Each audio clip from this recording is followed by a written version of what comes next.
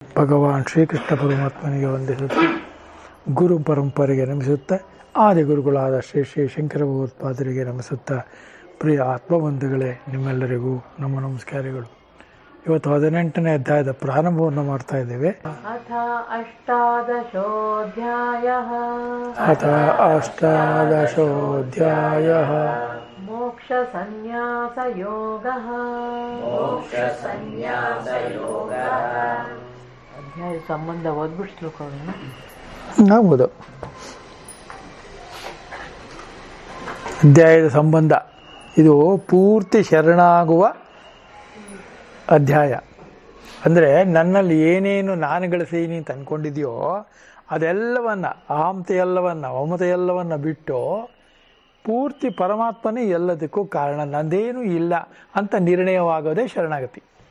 ಅಂಥದ್ದನ್ನು ನಿರ್ಣಯ ಮಾಡುವಂಥ ಅಧ್ಯಾಯ ಇದು. ಅದಕ್ಕೆ ಡಿ ವಿ ಜಿಯವರು ಇದನ್ನು ಏನಂತ ಕರೀತಾರೆ? ತದೇಕ ಶರಣಂ. ತದೇಕ, ಏಕ ಒಂದೇ ಇರೋದು ಭಗವಂತ, 28 ಇಲ್ಲ ಅಂತ ನಿರ್ಣಯ ಮಾಡಿ ಹೇಳ್ತಾ ಇದ್ದಾರೆ. ಹೌದಲ್ವಾ? ಇದರಲ್ಲಿ ಕೆಲವು ನಿಗೂಢ ವಿಷಯಗಳಿದೆ, ಅದೇನು ಅಂತ ಹೇಳ್ತೀನಿ. ಇವಾಗ ನಾವು ಶುರು ಮಾಡೋಣ. ಅಧ್ಯಾಯದ ಸಂಬಂಧ. ಗೀತಾಶಾಸ್ತ್ರದ ಅರ್ಥವೆಲ್ಲವನ್ನೂ ಈ ಅಧ್ಯಾಯದಲ್ಲಿ ಉಪಸಂಹಾರ ಮಾಡಿ ವೇದಾರ್ಥವೆಲ್ಲವನ್ನೂ ಹೇಳಬೇಕು ಎಂದು ಈ ಅಧ್ಯಾಯವನ್ನು ಪ್ರಾರಂಭಿಸಿರುತ್ತದೆ. ನೋಡಿದ್ರೆ ಅರ್ಥ ಆಯ್ತಾ? ಈಗ ಎಲ್ಲವನ್ನ, ಇಡೀ ವೇದಾಂತದ ವಿಚಾರ ಎಲ್ಲವನ್ನೂ ಈ ಅಧ್ಯಾಯದಲ್ಲಿ ತಂದಿದೆ, ಸೂಕ್ಷ್ಮವಾಗಿ, ಸೂಚ್ಯವಾಗಿ. ಅದಕ್ಕೆ ನಾವು ಇದನ್ನು ಭಾವಸಂಗಮ ಅಂತ ಕರಿಬೇಕು. ಏನಂತ ಕರಿಬೇಕು? ಇಲ್ಲಿ ನಿಮಗೆ ಏನೇನು ಜ್ಞಾನ ಇದೆ ಎಲ್ಲವೂ ಅರ್ಥವನ್ನು ಕಳೆದುಕೊಂಡು ಭಾವವಾಗಿ ಬಿಡುತ್ತದೆ. ಅದೇನು ಭಾವ ಅಂತ ನೋಡೋಣ. ಹೇಳ್ತಾರೆ ನೋಡಿ. ಏಕೆಂದರೆ ಹಿಂದಿನ ಅಧ್ಯಾಯಗಳಲ್ಲಿ ಹೇಳಿದ ಅರ್ಥವೆಲ್ಲ ಈ ಅಧ್ಯಾಯದಲ್ಲಿರುವುದು ಕಂಡುಬರುತ್ತದೆ. ಅರ್ಜುನನೇನೋ ಸನ್ಯಾಸ, ತ್ಯಾಗ ಶಬ್ದಾರ್ಥಗಳಿಗಿರುವ ವಿಶೇಷವನ್ನು ತಿಳಿದುಕೊಳ್ಳಬೇಕೆಂದೇ ಹೀಗೆಂದರು. ಅವನು ಎಲ್ರಿಗೂ ಸಂಶಯ ಬರೋಕೆ ಅವನಿಗೂ ಬಂದಿದೆ. ಸನ್ಯಾಸ ಅಂದ್ರೇನು, ತ್ಯಾಗ ಅಂದ್ರೇನು, ಎರಡೂ ಒಂದೇನೋ, ಬೇರೆ ಬೇರೆನೋ, ಬೇರೆ ಬೇರೆ ಆಗಿದ್ದು ಹೇಗೆ, ಯಾಕೆ ಬೇರೆ ಎಲ್ಲ ತಿಳ್ಕೋಬೇಕು ಅಂತ. ಸನ್ಯಾಸ ಬೇರೆ, ಸನ್ಯಾಸ ಬೇರೆ, ಎರಡಕ್ಕೂ ವ್ಯತ್ಯಾಸ ಏನು ತಿಳ್ಕೋಬೇಕು ಅಂತ ಆಸೆ. ಅದಕ್ಕೆ ಅವನು ಪ್ರಶ್ನೆ ಕೇಳ್ತಾನೆ. ಸನ್ಯಾಸ ತ್ಯಾಗ ಶಬ್ದಗಳ ಅರ್ಥ. ಅರ್ಜುನ ಉವಾಚ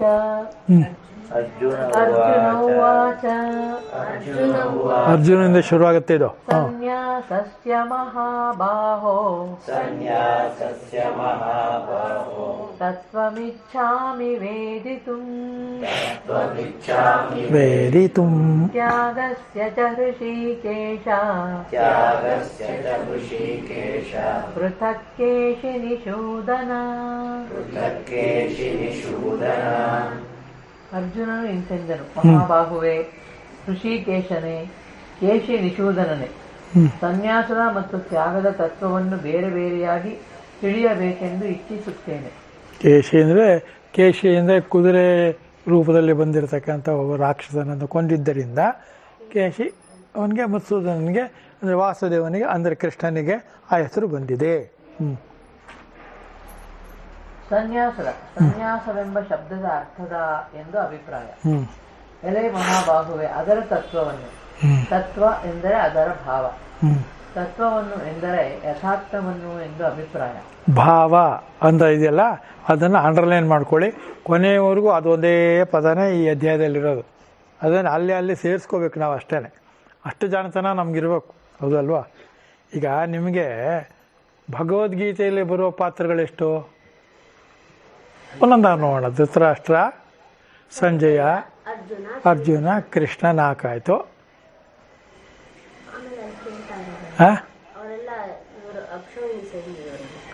ಅವ್ರು ಬಿಟ್ಬಿಡಿ, ಅವರಲ್ಲಿ ಭಗವದ್ಗೀತೆ ಪಾತ್ರಕ್ಕೆ ಬರಲ್ಲ ಅವರು.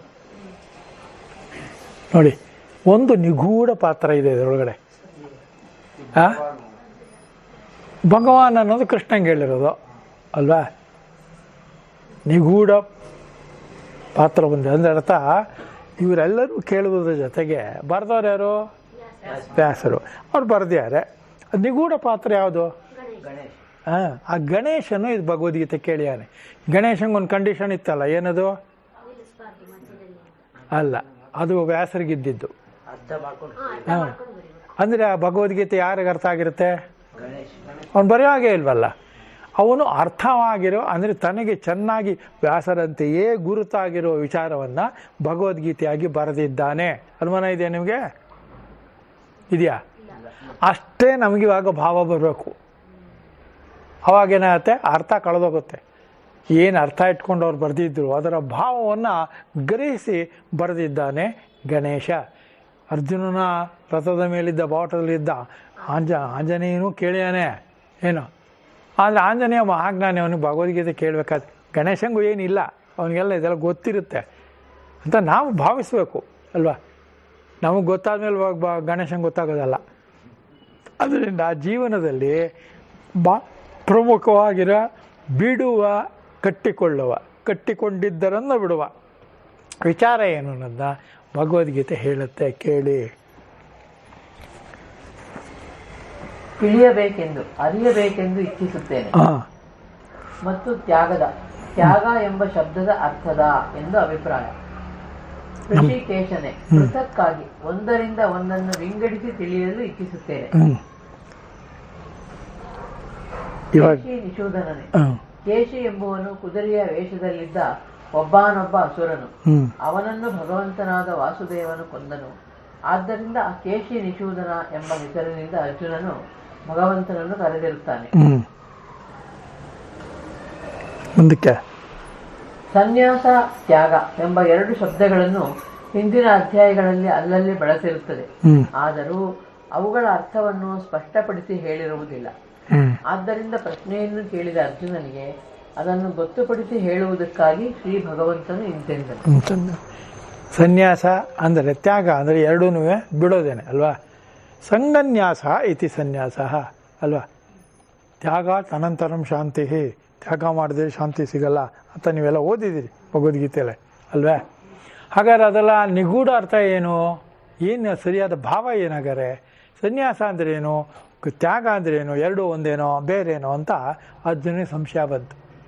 ಈಗ ಭಗವಂತನು ಎರಡನ್ನೂ ಬೇರೆ ಮಾಡಿ ಇರುವ ವ್ಯತ್ಯಾಸವನ್ನು ಹೇಳ್ತಾ ಇದ್ದಾನೆ. ಹೀಗೂ ಹೇಳ್ತಾರೆ, ಹಾಗೂ ಹೇಳ್ತಾರೆ. ಯಾವಾಗಲೂ ಭಗವಂತ ಅನ್ನೋದು ಎಡವಟ್ಟೆ ತಾನೆ. ಭಗವಂತ ಅನ್ನೋದು ಎಡವಟ್ಟ ಏನು? ನಿಮ್ಗೆ ಅರ್ಥವಾಗಬೇಕು, ಅರ್ಥವಾಗದ ಹಾಗಿರ್ಬೇಕು ನೀವು. ಅದು ಜೀವಕ್ಕೆ ಇರತಕ್ಕಂಥ ಹಕ್ಕನ್ನು ಭಗವಂತ ಪ್ರಣಿಪಾತ ಮಾಡಿರೋದು. ಹೌದಲ್ವ? ಏನು ಹೇಳ್ತಾನೆ ನೋಡಿ. ಶ್ರೀ ಭಗವಾನುವಾಚ ಕಾಮ್ಯಾನಾಂ ಕರ್ಮಣಾಂ ನ್ಯಾಸಂ ಸನ್ಯಾಸಂ ಕವಯೋ ವಿದುಃ ಸರ್ವಕರ್ಮಫಲತ್ಯಾಗಂ ಪ್ರಾಹುಸ್ತ್ಯಾಗಂ ವಿಚಕ್ಷಣಾಃ. ಕರ್ಮನೇ ಬಿಟ್ಬಿಡೋದು ಸನ್ಯಾಸ, ಕರ್ಮ ಮಾಡಿಯೂ ಫಲತ್ಯಾಗ ಮಾಡೋದು ತ್ಯಾಗ.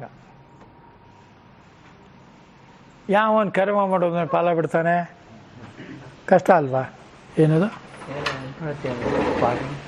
ಫಾಗಿಂಗ?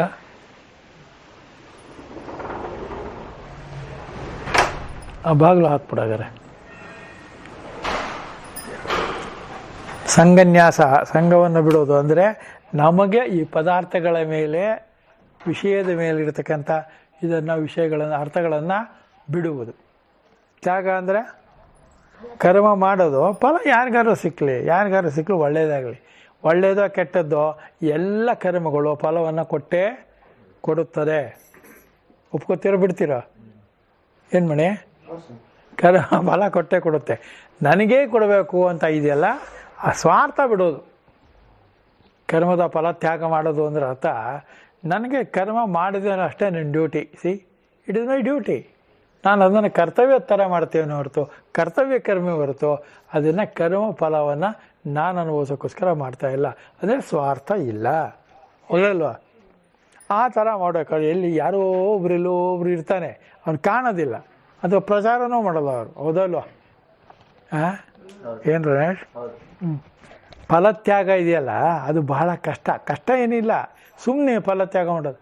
ನಾನು ಬಿಟ್ಟಿದ್ದೀನಿಲ್ಲ ಫಲ, ಅದೇ ನೀನು ತಿಂತಾ ಇರೋದು, ಆ ಥರ ಎಲ್ಲ ಮಾತಾಡ್ಬಿಡ್ದು. ಹೌದಲ್ವ? ನಾನು ದುಡಿಯೋದು ಜಾತಿಗೋಸ್ಕರ, ನಿಂಗೋಸ್ಕರ ಅಂತ ಹೆಂಡತಿಗೆ ಅಂತಾನೇ ಇರೋದು. ಒಂದು ದಿವಸ ಅವಳು ಏನಾದ್ರು ಅನ್ನಕ್ಕೋ ಅದಕ್ಕೋ ಹಾಕ್ಬಿಟ್ರೆ ಕ್ಲೋಸ್ ಅವನು. ಹೌದು. ಅಂದರೆ ಭಯ ಇರಬೇಕು ಅಂತಲ್ಲ, ಎಚ್ಚರಿಕೆ ಇರಬೇಕು, ಜ್ಞಾನದ ಎಚ್ಚರಿಕೆ ಅದಿದ್ದರೆ ಮಾತ್ರ ಅವನಿಗೆ ಬರುತ್ತೆ. ಅದಕ್ಕೋಸ್ಕರ ಇಲ್ಲಿ ಜ್ಞಾನಕ್ಕೆ ಭಾಳ ಮಹತ್ವವನ್ನು ಕೊಟ್ಟಿದ್ದಾರೆ. ಕೊಡ್ತಾ ಕೊಡ್ತಾ ಪ್ರತಿಯೊಂದು ಅಧ್ಯಾಯದಲ್ಲಿ ಇರ್ತಕ್ಕಂಥ ಪ್ರಮುಖವಾದ ವಿಷಯಗಳನ್ನು ಇಲ್ಲಿ ಚರ್ಚೆ ಮಾಡಲಾಗಿದೆ. ಒಂದೊಂದು ಸೂಕ್ಷ್ಮವಾಗಿ ನೀವು ಗಮನಿಸಬೇಕು, ಆಗಲೇ ಭಾವ ಬರುತ್ತೆ. ಆ ಭಾವ ಬರುತ್ತಲ್ಲ, ಅದನ್ನೇ ಅಧ್ಯಯನ ಅಂತ ಕರೆಯೋದು. ಇಲ್ಲಿವರೆಗೂ ನಾವು ಮಾಡಿರೋದೆಲ್ಲ ಏನೋ ಜ್ಞಾನ, ಆತ್ಮಜ್ಞಾನ ಅಲ್ಲ. ಈಗ ಆತ್ಮಜ್ಞಾನದ ವಿಚಾರ ಹೇಳ್ತಾ ಇದ್ದಾರೆ. ಎಲ್ಲವೂ ಆತ್ಮಜ್ಞಾನದಿಂದಲೇ ಆಗೋದು, ಆತ್ಮದಿಂದಲೇ ಆಗೋದು. ಅಥವಾ ಆತ್ಮನಸ್ತು ಕಾಮಾಯ ಸರ್ವಂ ಪ್ರಿಯಂ ಭವತೆ ಹೇಳ್ತಾನೆ ಇರ್ತೀನಲ್ಲ. ಅಥವಾ ಯಾವ ಭಗವದ್ಗೀತೆ ಅಥವಾ ಅಧ್ಯಾತ್ಮ ಅಥವಾ ವೇದಾಂತಗಳೆಲ್ಲ ವಿಚಾರ ಇದ್ದೇ ಇದೆಯಲ್ಲ, ಇದೇ ಇದೆ ತಾನೆ. ಏನು ಹೇಳ್ತಾರೆ ಮುಂದಕ್ಕೆ ನೋಡಿ. ಶ್ರೀ ಭಗವಂತನು ಇಂತೆಂದನು, ಕಾಮ್ಯ ಕರ್ಮಗಳನ್ನು ಬಿಡುವುದನ್ನು ಕವಿಗಳು ಸನ್ಯಾಸ ಎಂದು ತಿಳಿಯುತ್ತಾರೆ.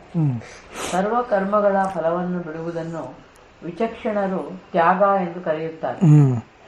ಅಶ್ವಮೇಧವೇ ಮುಂತಾದ ಕಾಮ್ಯ ಕರ್ಮಗಳ ನ್ಯಾಸವನ್ನು ಅಂದರೆ ಪರಿತ್ಯಾಗವನ್ನು ಮಾಡಬೇಕಾಗಿ ಬಂದದ್ದನ್ನು ಮಾಡದೇ ಇರುವುದನ್ನು ಸನ್ಯಾಸ ಎಂದು, ಸನ್ಯಾಸ ಶಬ್ದಾರ್ಥ ಎಂದು ಕವಿಗಳು ಪಂಡಿತರು ತಿಳಿಯುವರು. ಕವಿಗಳು ಅಂದ್ರೆ ಏನರ್ಥ? ಒಂದನ್ನು ಎರಡಾಗಿ ಮೂರಾಗಿ ವೈಭವವಾಗಿ ಬೇರೆ ಬೇರೆ ವರ್ಣರಂಜಿತವಾಗಿ ಹೇಳತಕ್ಕಂಥವರು ಕವಿಗಳು. ಹೌದಲ್ವ? ರವಿ ಕಾಣದ್ದನ್ನು ಕವಿ ಕಂಡ, ಕವಿ ಕಾಣದ್ದನ್ನು ಕವಿಯು ಕಾಣದ್ದನ್ನು ಯಾರು? ಭಗವಂತ ಮಾತ್ರ. ಹೇಳೋಕ್ಕೆ ನಮ್ಗೆ ಅನುಮಾನ ಇರುತ್ತೆ. ಯಾಕೆಂದರೆ ಕವಿ ಸರಿಯೋ ರವಿ ಸರಿಯೋ ಭಗವಂತ ಸರಿಯೋ? ಈ ಕವಿಯನ್ನು ರವಿಯನ್ನು ಮಾಡಿದವನು ಯಾರು? ಭಗವಂತ. ಅವನು ಕಾಣಲ್ಲ, ಅದು ನಿಗೂಢ ಭಾವ. ಈ ಭಾವವನ್ನು ಬರುವುದಕ್ಕೋಸ್ಕರವಾಗಿ ಇಲ್ಲಿ ನಿಶ್ಚಳವಾಗಿ ಭಗವಂತನನ್ನೇ ಉದ್ದೇಶಿಸಿ ತಿರುಗಿ ಮುರುಗಿ ತರ್ತಾರೆ. ಇದು ಸನ್ಯಾಸಕ್ಕೆ ಹೇಳಿರೋ ಅರ್ಥದಲ್ಲಿ ಕವಿಗಳು ಕಂಡುಕೊಂಡಿರ್ತಕ್ಕಂಥ ಭಾವ. ಆಚರಿಸುವ ನಿತ್ಯ ನೈಮಿತ್ತಿಕ ರೂಪವಾದ ಸರ್ವ ಕರ್ಮಗಳಿಗೂ ತನಗೆ ಸಂಬಂಧಪಟ್ಟು ಬಂದೊದಗಿದ ಫಲವನ್ನು ಬಿಡುವುದೇ ಸರ್ವ ಕರ್ಮ ಫಲತ್ಯಾಗ.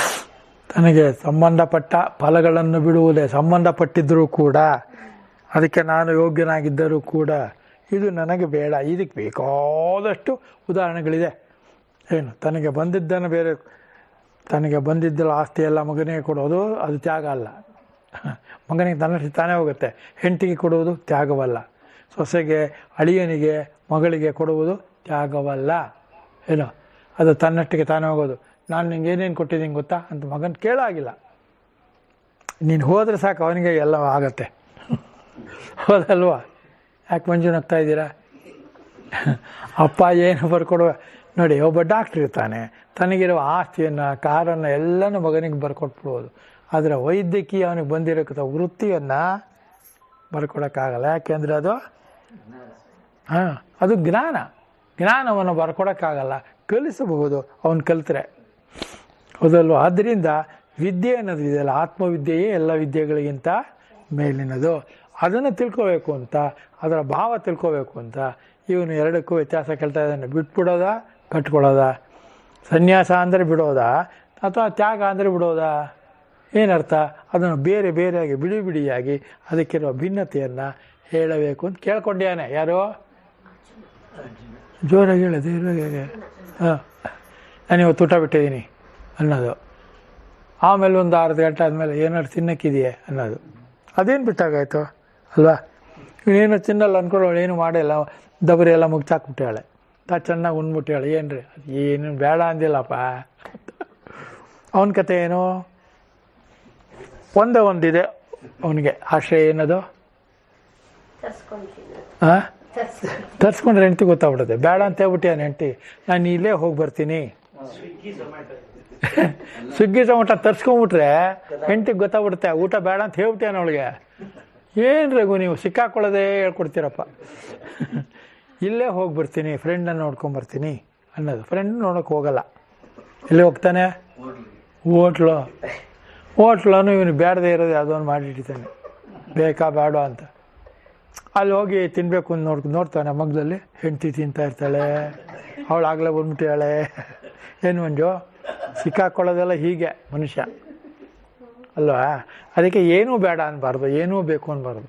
ಇದ್ರೆ ಚಲಾವೋ ಸಂತುಷ್ಟ, ಬಂದರೆ ಉಂಟು, ಬರಲಿಲ್ಲ ಬೇಡ, ನಾನೇನು ಕೇಳಿರಲಿಲ್ಲ. ಹೌದಾ? ಆ ಥರ ಮನಸ್ಸಿನಲ್ಲಿ ನಿರ್ಭಯವಾಗಿರಬೇಕು, ನಿರ್ದಯವಾಗಿರಬೇಕು, ನಿರಂಜನವಾಗಿರಬೇಕು, ಜ್ಞಾನದಿಂದ ಕೂಡಿರ್ತಕ್ಕಂಥ ವಿಚಾರ ಆಗಿರಬೇಕು. ಹೇಳಿ. ಸರ್ವ ಕರ್ಮಗಳಿಗೂ ತನಗೆ ಸಂಬಂಧಪಟ್ಟು ಬಂದೊದಗಿದ ಫಲವನ್ನು ಬಿಡುವುದೇ ಸರ್ವ ಕರ್ಮ ಫಲತ್ಯಾಗ. ಅರ್ಥ ಆಯ್ತಾ? ಈಗ ಅದನ್ನು ಪದೇ ಪದೇ ಓದ್ಕೊಳ್ಳಿ, ಮನೇಲೂ ಓದಿ, ಭಗವದ್ಗೀತೆ ಮುಗಿದ ಮೇಲೂ ಮುಚ್ಚಿಟ್ಟ ಮೇಲೂ ಓದ್ತಾ ಇರಿ. ಅದನ್ನು ವಿಚಕ್ಷಣರು ಪಂಡಿತರು ತ್ಯಾಗವೆಂದು ತ್ಯಾಗ ಶಬ್ದಾರ್ಥ ಎಂದು ಹೇಳುತ್ತಾರೆ. ವಿಚಕ್ಷಣರು ಅಂದರೆ ಕ್ಷಣ, ಚಕ್ಷಣ, ವಿಚಕ್ಷಣ ವಿಶೇಷವಾಗಿ ಹೇಳುವವರು. ಅಂದರೆ ಇದು ಹೀಗಲ್ಲ ಹೀಗೆ ಅಂತ ಹೇಳೋದು. ಹಾಗೆ ತಿಳ್ಕೊಬಾರ್ದು, ನೀನು ಹೀಗೆ ತಿಳ್ಕೊಂಡು ನೀನು ಹಾಗೆ ತಿಳ್ಕೊಂಬಿಟ್ಟೆ, ಹಾಗೆ ತಿಳ್ಕೊಬಾರ್ದು ಅನ್ನೋದು. ಒಂದಕ್ಕೆ 10-20 ಥರ ಮಾಡ್ತಾ ಇರೋದು. ಈ ಭಗವದ್ಗೀತೆ ಇಲ್ಲಿವರೆಗೂ ವಿಚಕ್ಷಣರಿಂದ ಪ್ರಸ್ತುತ ಬರ್ತಾ ಇದೆ. ಒಬ್ಬೊಬ್ಬರು ಒಂಥರ ಮಾಡ್ತಾರೆ, ಹೌದಾ? ಕೇಳೋರಿಗೆ ಕೊನೆಗೂ ಭಗವದ್ಗೀತೆ ಅವನ ಅಭಿಪ್ರಾಯ ಹೇಳ್ತಾ ಇರ್ತಾನೆ. ಅಭಿಪ್ರಾಯವೋ ಅರ್ಥವೋ ಭಾವವೋ ಗೊತ್ತಲ್ಲ ಅಲ್ವಾ? ಅದರಿಂದ ಭಗವದ್ಗೀತೆ ಭಾವಧಾರೆ ಆಗಬೇಕು, ಅರ್ಥಧಾರೆ ಆಗಬಾರ್ದು. ಹೇಳ್ತಾ ಇರ್ತೀನಿ ಇದ್ದಲ್ವಾ? ನೀವೇ ನೋಡಿ ಏನು ಹೇಳ್ತಾರೆ. ಕಾಮ್ಯಕರ್ಮ ಪರಿತ್ಯಾಗವೆಂದು ಅರ್ಥವೆಂದು ಹೇಳಿದರು, ಅರ್ಥವನ್ನು ಹೇಳಿದರು. ಫಲ ಪರಿತ್ಯಾಗ ಎಂದು ಅರ್ಥವನ್ನು ಹೇಳಿದರು. ಹೇಗೂ ಸನ್ಯಾಸ ತ್ಯಾಗ ಎಂಬ ಮಾತುಗಳಿಗೆ ಬಿಡುವುದು ಎಂಬುದೊಂದೇ ಅರ್ಥವಾಗುವುದೇ ಹೊರತು ಘಟಪಟ ಶಬ್ದಗಳಂತೆ ಬೇರೆ ಬೇರೆ ಅರ್ಥಗಳುಳ್ಳ ಶಬ್ದಗಳಲ್ಲ. ಪದಗಳು ಬೇರೆ ಬೇರೆ ಆಗಿಲ್ಲ, ಒಂದೇ ಪದ ಇದೆ, ಅರ್ಥ ಬೇರೆ ಬೇರೆ ಇರುತ್ತೆ, ಭಾವ ಮಾತ್ರ ಒಂದೇ ಕಾಣುತ್ತೆ. ಏನು ಹೇಳ್ತಾರೆ ನೋಡಿ. ಆಕ್ಷೇಪ. ನಿತ್ಯ ನೈಮಿತ್ತಿಕ ಕರ್ಮಗಳಿಗೆ ಫಲವೇ ಇಲ್ಲವೆಂದು ಹೇಳುತ್ತಾರಲ್ಲ, ಅವುಗಳ ಫಲತ್ಯಾಗ ಎಂಬುದು ಹೇಳಿದ್ದು ಹೇಗೆ? ಇದು ಬಂಜೆಯು ಪುತ್ರ ತ್ಯಾಗವನ್ನು ಮಾಡಬೇಕೆಂದು ಹೇಳಿದಂತಾಗುವುದಿಲ್ಲವೇ? ಮಗು ಇಲ್ಲದವಳು ಮಗುವನ್ನು ತ್ಯಾಗ ಮಾಡುವುದು ಹೇಗೆ, ಬಿಡುವುದು ಹೇಗೆ, ಸನ್ಯಾಸ ಮಾಡುವುದು ಹೇಗೆ ಅಂತ ಪ್ರಶ್ನೆ. ಪರಿಹಾರ. ಇದರಲ್ಲೇನೂ ದೋಷವಿಲ್ಲ. ಏಕೆಂದರೆ ನಿತ್ಯ ಕರ್ಮಗಳಿಗೂ ಫಲ ಉಂಟೆಂದು ಭಗವಂತನ ಅಭಿಪ್ರಾಯವಾಗಿರುತ್ತದೆ. ಹೇಗೆಂದರೆ ಭಗವಂತನು ಅನಿಷ್ಟವೂ ಇಷ್ಟವೂ ಮಿಶ್ರವೂ ಆದ ಕರ್ಮ ಫಲವು ಅತ್ಯಾಗಿಗಳಿಗೆ ಆಗುತ್ತದೆ ಎಂದು ಮುಂದೆ ಹೇಳಿರುತ್ತಾನೆ. ಇಷ್ಟ ಅನಿಷ್ಟ ಮಿಶ್ರ ಮಾತಾಡಿದ್ದೀನಾ? ಅದು ವಿಚಾರ ಗೊತ್ತಾಗಿದೆ ನಿಮಗೆ? ಆ ಮಿಶ್ರ ಅನ್ನೋದಿದೆಯಲ್ಲ, ನಮ್ಮ ಬದುಕು ನಡುವಿನಲ್ಲಿರೋದು ಸೃಷ್ಟಿ ಸ್ಥಿತಿನಲ್ಲಿ ಇರತಕ್ಕಂಥ ಮುಖ್ಯವಾದ ವಿಚಾರ, ಹೌದಾ? ನಮ್ಮ ಬದುಕು ಜೀವನ ಇರೋದು ಮಿಶ್ರದಲ್ಲೇ. ಒಂದು ಒಳ್ಳೆದಾತ, ಒಂದು ಕೆಟ್ಟದಾತ. ಕೆಟ್ಟದ್ದು ಒಳ್ಳೆಯದು ನಾವು ಅನ್ಕೋತಾ ಇರ್ತೀವಿ, ಅದು ಒಳ್ಳೆಯದು ಇಲ್ಲ ಕೆಟ್ಟದ್ದು ಇಲ್ಲ. ಏನಾಗಿರ್ತದೋ ಮಿಶ್ರ. ಮಿಶ್ರ ಅಂದರೆ ಏನು? ಸಹಜವಾಗಿ ಆಗಿರುತ್ತೆ ಅಲ್ಲ. ಅವನು ಕೊಂಡ್ಬಿಟ್ರಲ್ರಿ ಅಂದರೆ ಅವನ್ನ ಸಾಯಿಸ್ಬೇಕು ಅಂತ ಕೊಲ್ಲಿಲ್ಲ ಅಂದರೆ ಏನರ್ಥ? ಸತ್ತೇ ಹೋಗ್ತಾನಲ್ಲ ಅವನು. ಅದರಿಂದ ಯಾವುದಕ್ಕೆ ನಾವು ಅರ್ಥವನ್ನು ಕಲ್ಪಿಸ್ತೀವಿ ಅದರಲ್ಲಿ ಒಡಕಿದೆ, ಭಾವದಲ್ಲಿ ಒಡಕಿರೋದಿಲ್ಲ. ಭಾವದಿಂದ ಭಗವಂತ ಅದು ನೋಡಬೇಕು. ಕರ್ಮಗಳಿಗೆ 3ರಲ್ಲಿ ಒಂದು ಬಗೆಯ ಫಲವಿದ್ದೇ ಇರುವುದೆಂದು ಹೇಳಿದಂತೆ ಆಯಿತು ಅಲ್ವಾ? 3ರಲ್ಲಿ ಅಂದರೆ ಇಷ್ಟ ಅನಿಷ್ಟ ಮಿಶ್ರ. ಈ 3ರಲ್ಲಿ ಯಾವ್ದಾದ್ರು ಒಂದು ಫಲನ ಇದ್ದೇ ಇರುತ್ತದೆ ಎಂದು ಭಗವದ್ಗೀತೆಯಲ್ಲಿ ಹೇಳಲಾಗಿದೆ.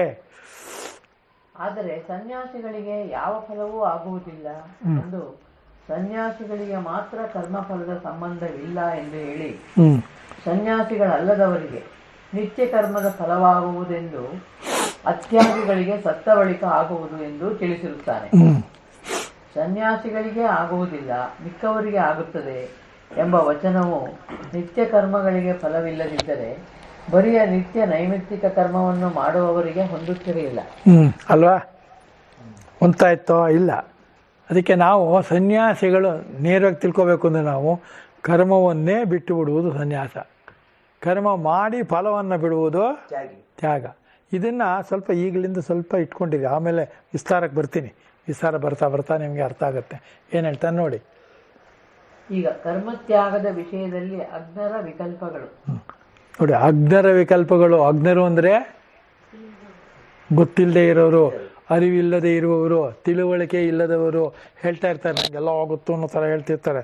ನಿಜವಾಗ್ಲೂ ಗೊತ್ತಿರಲ್ಲ, ಬಿಡ್ತಾ ಇರ್ತಾರೆ ರೀಲು, ನನಗೆಲ್ಲ ಗೊತ್ತು ಅಂತ ಅನ್ಕೋತಾ ಇರ್ತಾರೆ. ಯಾಕೆ ಹಾಗೆ ಅನ್ಕೋತಾ ಇರೋದ್ರೆ ಅಜ್ಞರು. ಅವ್ರಿಗೆ ನನಗೆ ಗೊತ್ತಿಲ್ಲ ಅನ್ನುವುದು ಕೂಡ ಗೊತ್ತಿರುವುದಿಲ್ಲ, ಆದ್ದರಿಂದ ಹೇಳ್ತಾರೆ. ತಪ್ಪು ಅಂತಲ್ಲ, ಅವರಿರೋದೇ ಹಾಗೆ, ಏನು ಮಾಡೋಕ್ಕಾಗಲ್ಲ, ಹೌದಾ? ಈಗ ಈ ಜಗತ್ತಿನಲ್ಲಿ ಎಷ್ಟು ದೇವರಿದ್ದಾರೆ?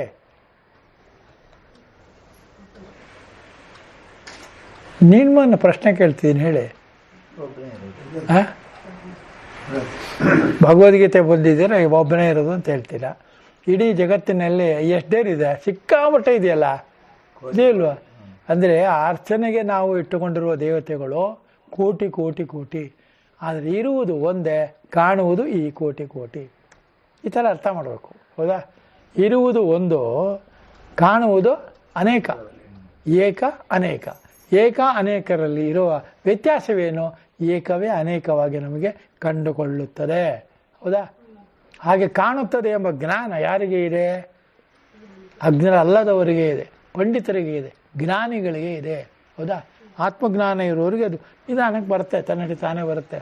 ಏನು ಹೇಳ್ತಾರೆ ನೋಡಿ.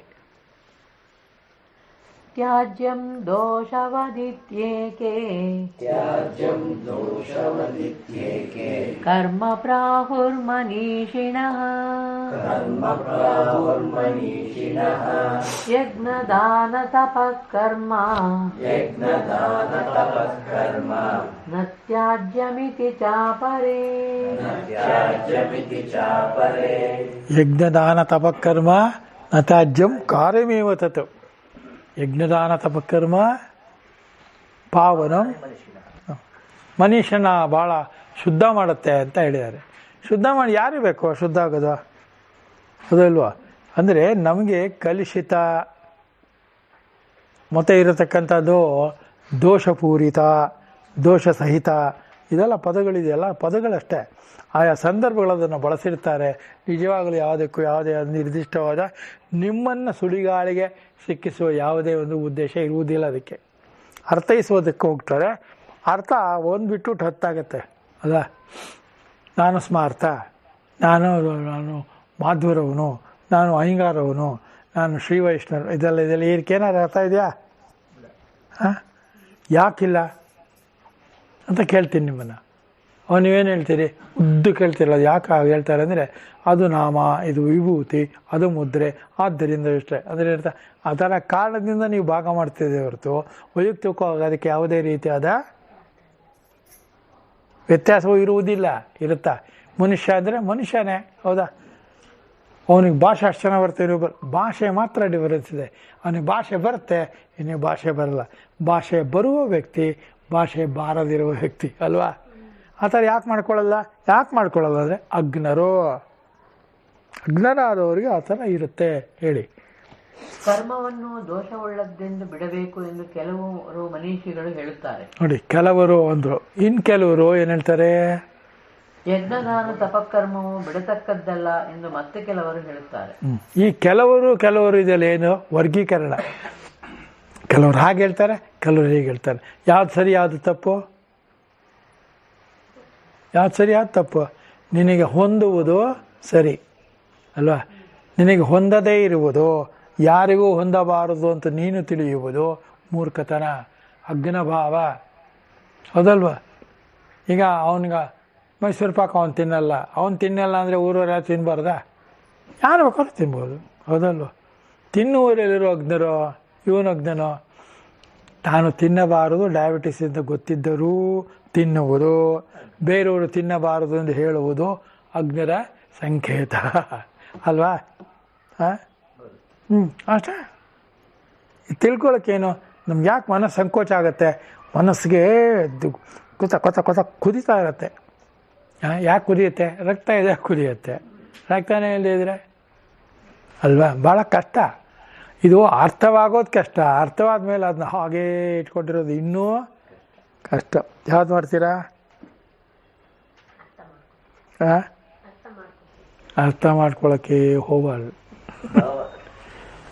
ಭಾವ ಅಲ್ವೇ ಇದು? ಇದಕ್ಕೆ ನೀವು ಅರ್ಥ ಮಾಡ್ಕೊಂಬಿಟ್ರೆ 28 ಅರ್ಥ ಬರುತ್ತೆ, ಅದಲ್ವಾ? ಈಗ ಅಕ್ಕಿ ಅಂತೀರಿ. ಅಕ್ಕಿ ದಕ್ಷಿಣ ಭಾರತದ ಕೆಲವು ಊರುಗಳಲ್ಲಿ ಮಾತ್ರ ಉಪಯೋಗಿಸ್ತಾರೆ, ಜೋಳ ಉಪಯೋಗಿಸ್ತಾರೆ, ಅದಲ್ವ? ನವಣೆ, ಏನೇನೋ ಇದೆ. ಉತ್ತರ ಭಾರತದಲ್ಲಿ ಅಕ್ಕಿ ಕಡಿಮೆ, ಹಾಗಾದ್ರೆ ಅಕ್ಕಿಗೆ ವ್ಯಾಲ್ಯೂನೇ ಇಲ್ವಾ? ಇದೆ. ಮೊದಲು ತುಂಬ್ತೀವಿ, ಮೊದಲಕ್ಕಿ ಹಾಕ್ತೀವಿ. ಮೊದಲಕ್ಕಿ ಏನೇ ಮೊದಲು ಗೋಧಿ ಹಾಕಿ ಯಾಕಾಗಲ್ಲ? ಅದು ನಮ್ಮ ಪದ್ಧತಿ ಅಲ್ಲ. ಪದ್ಧತಿ ಅಂತ ಎಲ್ಲೆಲ್ಲಿ ಬರುತ್ತೆ ಅಲ್ಲೆಲ್ಲ ಮನುಷ್ಯ ಹೇಳುತ್ತಾನೆ. ಅದಕ್ಕೋಸ್ಕರನೇ ಸಂಸಾರಸ್ಥರಿಗೆ ಸಂಪ್ರದಾಯ, ಸನ್ಯಾಸಿಗಳಿಗೆ ಏನು ಸಂಪ್ರದಾಯ? ಹೌದಲ್ವಾ? ಶಂಕರಾಚಾರ್ಯರಿಗೆ ಯಾವ್ದಿತ್ತು ಹಾಗಾದ್ರೆ? ಮಧ್ವಾಚಾರ್ಯರಿಗೆ ಯಾವ್ದಿತ್ತು? ರಾಮಾನುಜರಿಗೆ ಯಾವ್ದಿತ್ತು? ಅವರೆಲ್ಲರೂ ಕೂಡ ಸನ್ಯಾಸಿಗಳು. ಹೌದಾ? ಈಗ ರವಿಶಂಕರ್ ಇದ್ದಾರೆ, ಸನ್ಯಾಸಿನ? ಅಲ್ಲ. ಯಾಕಲ್ಲ? ಸನ್ಯಾಸಿ ಭಾವದಲ್ಲಿರೋ ಯೋಗಿ, ಯೋಗ ಭಾವದಲ್ಲಿದ್ದಾರೋ. ಜೊತೆಗೆ ಕಾವ್ಯ ಬಟ್ಟೆ ಹಾಕಲ್ಲ ಅವರು, ಮಠಕ್ಕೆ ಅಂಟ್ಕೊಂಡಿಲ್ಲ, ಎಲ್ಲೆಲ್ಲೋ ಟೂರಿಗಿರು ಹೋಗಿರ್ತಾರೆ. ಹಾಗನ್ಬಿಟ್ರೆ ಮಾತ್ರ ಸನ್ಯಾಸಿನೋ? ನಮಗಾಗಲ್ವಲ್ಲ ಆ ಥರ ಇರೋಕ್ಕೆ. ಅದಕ್ಕೋಸ್ಕರ ನಮಗೇನು ಅವ್ರ ಮೇಲೆ ಸಿಟ್ಟು. ಹೌದಾ? ಆಮೇಲೆ ನಾವು ವೇಷ ಹಾಕ್ಕೊಂಡು ಬೇಕಾದ ಜನ ಇದ್ದಾರೆ. ಈಗೇನು ಎಷ್ಟು ಮಠಗಳಿದೆ ಮಂಜು? ಒಂದು ಮಠ ಖಾಲಿ ಆದರೆ ಹೋಗಿದ್ದು ಬೇಡ ಅನ್ಸುತ್ತೆ. ಇರೋಕ್ಕೋದ್ರೆ ನೀವು ಭಯ ಏನು ಅಂದರೆ ಎಷ್ಟು ಮಾಡ್ರು ನೀವು ಆಗ್ಬಿಟ್ರೆ. ಅದಕ್ಕೆ ನೋಡಿ ಇಲ್ಲಿರೋದು ಅಲ್ಲೇ ಇರು, ಅವನಿಗೆ 10 ರೂಪಾಯಿ ಕೊಟ್ಬಿಟ್ಟು ಖಾಲಿ ಬಿದ್ದುಬಿಡೋದು ಒಳ್ಳೆಯದು. ಸನ್ಯಾಸ ಭಾವ ಇರಬೇಕು, ತ್ಯಾಗ ಭಾವ ಇರಬೇಕು. ಸಂಸಾರದಲ್ಲಾರು ಇರಿ, ಸನ್ಯಾಸಿನಾರು ಆಗಿ, ಆಸ್ತಿನಾರು ಇರಲಿ, ಕೋಟಿ ಕೋಟಿ ದುಡ್ಡಿದ್ರು ಏನು ಸಮಸ್ಯೆಯೂ ಇಲ್ಲ ಹೇಳ್ತಾರೆ ನೋಡಿ. ತ್ಯಾಜ್ಯವು ಬಿಡತಕ್ಕದ್ದು, ದೋಷವು ಇದಕ್ಕೆ ಇರುವುದರಿಂದ ದೋಷವತ್ತಾದ. ಅದು ಯಾವುದು ಎಂದರೆ ಕರ್ಮವೆಲ್ಲವೂ ಬಂಧ ಹೇತುವಾಗಿರುವುದರಿಂದ ತ್ಯಾಜ್ಯವು. ಅಲ್ವಾ? ಯಾವುದೇ ಕರ್ಮವು ಅಂದರೆ ಕರ್ಮದಲ್ಲಿರುವ ಫಲತ್ಯಾಗ ಇಲ್ಲದೇ ಇರುವ ಕರ್ಮವು ಯಾವುದಿದೆಯೋ ಅದೆಲ್ಲೋ ಬಂಧವು. ಯಾವುದಕ್ಕೆ ಬಂಧ? ಅಜ್ಞಾನಕ್ಕೆ. ಜ್ಞಾನಕ್ಕೆ ಬಂಧ. ಅದು ಅಜ್ಞಾನ ಗೊತ್ತಾಗುತ್ತೆ, ಮತ್ತೆ ಪುನರ್ಜನ್ಮಕ್ಕೆ ಕಾರಣವಾಗುತ್ತದೆ ಅಂತ ವಿಶ್ಲೇಷಣೆ ಇರೋದು, ವೇದಾರ್ಥ ಇರೋದು, ವೇದಾಂತದ ಭಾಗದಲ್ಲಿರತಕ್ಕಂಥ ಭಾವ ಅದು. ಅದರಿಂದ ಆ ಭಾವವನ್ನು ಇಟ್ಟುಕೊಳ್ಳತಕ್ಕದ್ದು. ಅಥವಾ ದೋಷವತ್ ಎಂದರೆ ಹೇಗೆ ರಾಗವೇ ಮುಂತಾದ ದೋಷವನ್ನು ಬಿಡುತ್ತಾರೋ ಹಾಗೆ ಕರ್ಮವು ಬಿಡತಕ್ಕದ್ದು ಎಂದು ಕೆಲವರು ಮನೀಷಿಗಳು, ಪಂಡಿತರು, ಸಾಂಖ್ಯರೇ ಮೊದಲಾದವರ ದೃಷ್ಟಿಯನ್ನು ಆಶ್ರಯಿಸಿದವರು ಹೇಳುತ್ತಾರೆ. ಅಧಿಕಾರಿಗಳಾದ ಕರ್ಮಿಗಳೂ ಕೂಡ ಬಿಡಬೇಕು ಎಂದು ಹೇಳುತ್ತಾರೆ. ಅಧಿಕಾರಿಗಳಾದ ಕರ್ಮಿಗಳು ಕರ್ಮ ಮಾಡ್ತಾ ಇದ್ರು, ನಿಮ್ಗೆ ಅಧಿಕಾರ ಇದ್ರೂ ಅಧಿಕಾರವನ್ನು ಚಲಾಯಿಸಬಾರದು. ಆಗ ಅದು ತ್ಯಾಗ, ಏನು ಫಲತ್ಯಾಗ ಆಗತ್ತೆ ಅಂತ ಹೇಳ್ತಾ ಇದ್ದಾನೆ. ಕರ್ಮಿಗಳ ವಿಷಯದಲ್ಲಿಯೇ ಯಜ್ಞದಾನ ತಪಕರ್ಮವು ಬಿಡತಕ್ಕದ್ದಲ್ಲ ಎಂದು ಮತ್ತೂ ಕೆಲವರು ಹೇಳುತ್ತಾರೆ. ಇಲ್ಲಿ ಕರ್ಮಿಗಳನ್ನು ಕುರಿತು ಹೇಳುವುದಕ್ಕೆ ಪ್ರಾರಂಭಿಸಿರುತ್ತದೆ. ಅವರನ್ನು ಇಟ್ಟುಕೊಂಡೇ ಈ ವಿಕಲ್ಪಗಳನ್ನು ಹೇಳಿರುತ್ತದೆಯೇ ಹೊರತು ಜ್ಞಾನನಿಷ್ಠರಾಗಿ ಏಷಣಾತ್ರಯವನ್ನು ಬಿಟ್ಟೆದ್ದ ಸನ್ಯಾಸಿಗಳನ್ನು ಇಟ್ಟುಕೊಂಡು ಅಲ್ಲ. ಏಷಣಾತ್ರಯ ಅದು ದೇಹವಾಸನ, ಲೋಕವಾಸನ, ಶಾಸ್ತ್ರವಾಸನ. ಪುತ್ರೇಷಣ, ಏಷಣ ಅಂದರೆ ಪುತ್ರೇಷಣ, ವಿತ್ತೇಷಣ ಹೆಂಡತಿ ಮಕ್ಕಳು, ಮತ್ತೆ ವಿತ್ತ ದುಡ್ಡು. ಈ ಮೂರನ್ನು ಇಡಬಾರ್ದು. ನೀವು ಹೇಳ್ತಾ ಇರೋ ವಾಸನ ಬೇರೆ, ವ್ಯಾಸನ ತ್ಯಾಗ. ಅದು ಆ ವಾಸನ ಬೇರೆ. ವಾಸನ ಅಂದರೆ ವಾಸನೆ ಅಂತ, ಸ್ಮೆಲ್ ಅಂತ. ಸ್ಮೆಲ್ ಇರ್ಕೂಡುದು ಅಂದರೆ ಈ ಲೋಕಕ್ಕೆ ಸಂಬಂಧಪಟ್ಟಂಥ ವಿಚಾರಗಳಲ್ಲಿ ಮೋಹ ಇರಬಾರ್ದು. ಮೋಹ ಇಲ್ದಿರೆ ವಾಸನೆ ತಾನೇ ಹೋಗ್ತಾ ಇರುತ್ತೆ. ಆಹಾ ಏನು ಹೂವು ಮುಡ್ಕೊಂಡಿದ್ಯಾ ಅಂದರೆ ಅವಳ ಮೇಲೆ ನೀವು ಮನಸ್ಸಾಗಿ ಹೋಗುತ್ತೆ. ಹೌದಲ್ವ? ಅದರಿಂದ ವಾಸನ ಅಂತ ಅನ್ನೋದು ಬೇರೆ. ಏಷಣಾತ್ರಯ ಅಂದರೆ ವಿತ್ತೇಷಣ, ಪುತ್ರೇಷಣ, ದಾರ ಅಂದರೆ ಹೆಂಡತಿ, ಮತ್ತು ಮೂರು ಯಾವ್ದು? ಮೂರು ಬಿಟ್ಟ ಮೇಲೆ ನೀನು ಬದುಕಿರೋದು ಯಾಕೆ? ಅಲ್ವಾ? ಅಲ್ವ ಮಂಜು? ಮೂರು ಬಿಟ್ಟು ಅನ್ನೋದು ಅದೇನಾ? ಮೂರು ಬಿಟ್ಟೋನೆ ಮಾನ ಮರ್ಯಾದೆ ಅದೆಲ್ಲ ಬಿಟ್ಟೋನು ಅಂತ ಅರ್ಥ. ಅದು ವ್ಯವಹಾರದ ಪದ, ಅದು ಈ ಅಧ್ಯಾತ್ಮದ ಪದ ಅಲ್ಲ. ಆಮೇಲೆ ಜ್ಞಾನಯೋಗದಿಂದ ಇರುವ ನಿಷ್ಠೆಯನ್ನು ಸಾಂಖ್ಯರಿಗೆ ನಾನು ಹಿಂದೆ ಹೇಳಿರುತ್ತೇನೆ 3ನೇ ಅಧ್ಯಾಯದಲ್ಲಿ ಎಂದು ಕರ್ಮದ ಅಧಿಕಾರದಿಂದ ತೆಗೆದು ಹಾಕಿರುವ ಸಾಂಖ್ಯರಿದಾರಲ್ಲ, ಅವರ ವಿಷಯಕ್ಕೆ ಇಲ್ಲಿ ವಿಚಾರವನ್ನು ಮಾಡುತ್ತಲಿಲ್ಲ. ಸಾಂಖ್ಯರಿಗೆ ಇದನ್ನ ಹೇಳುತ್ತಿಲ್ಲ ಅಂತ ಒಂದೇ ಮಾತು. ಆಮೇಲೆ ಯಾರು ಹೇಳಿದ್ದಾರೆ? ಆಕ್ಷೇಪ.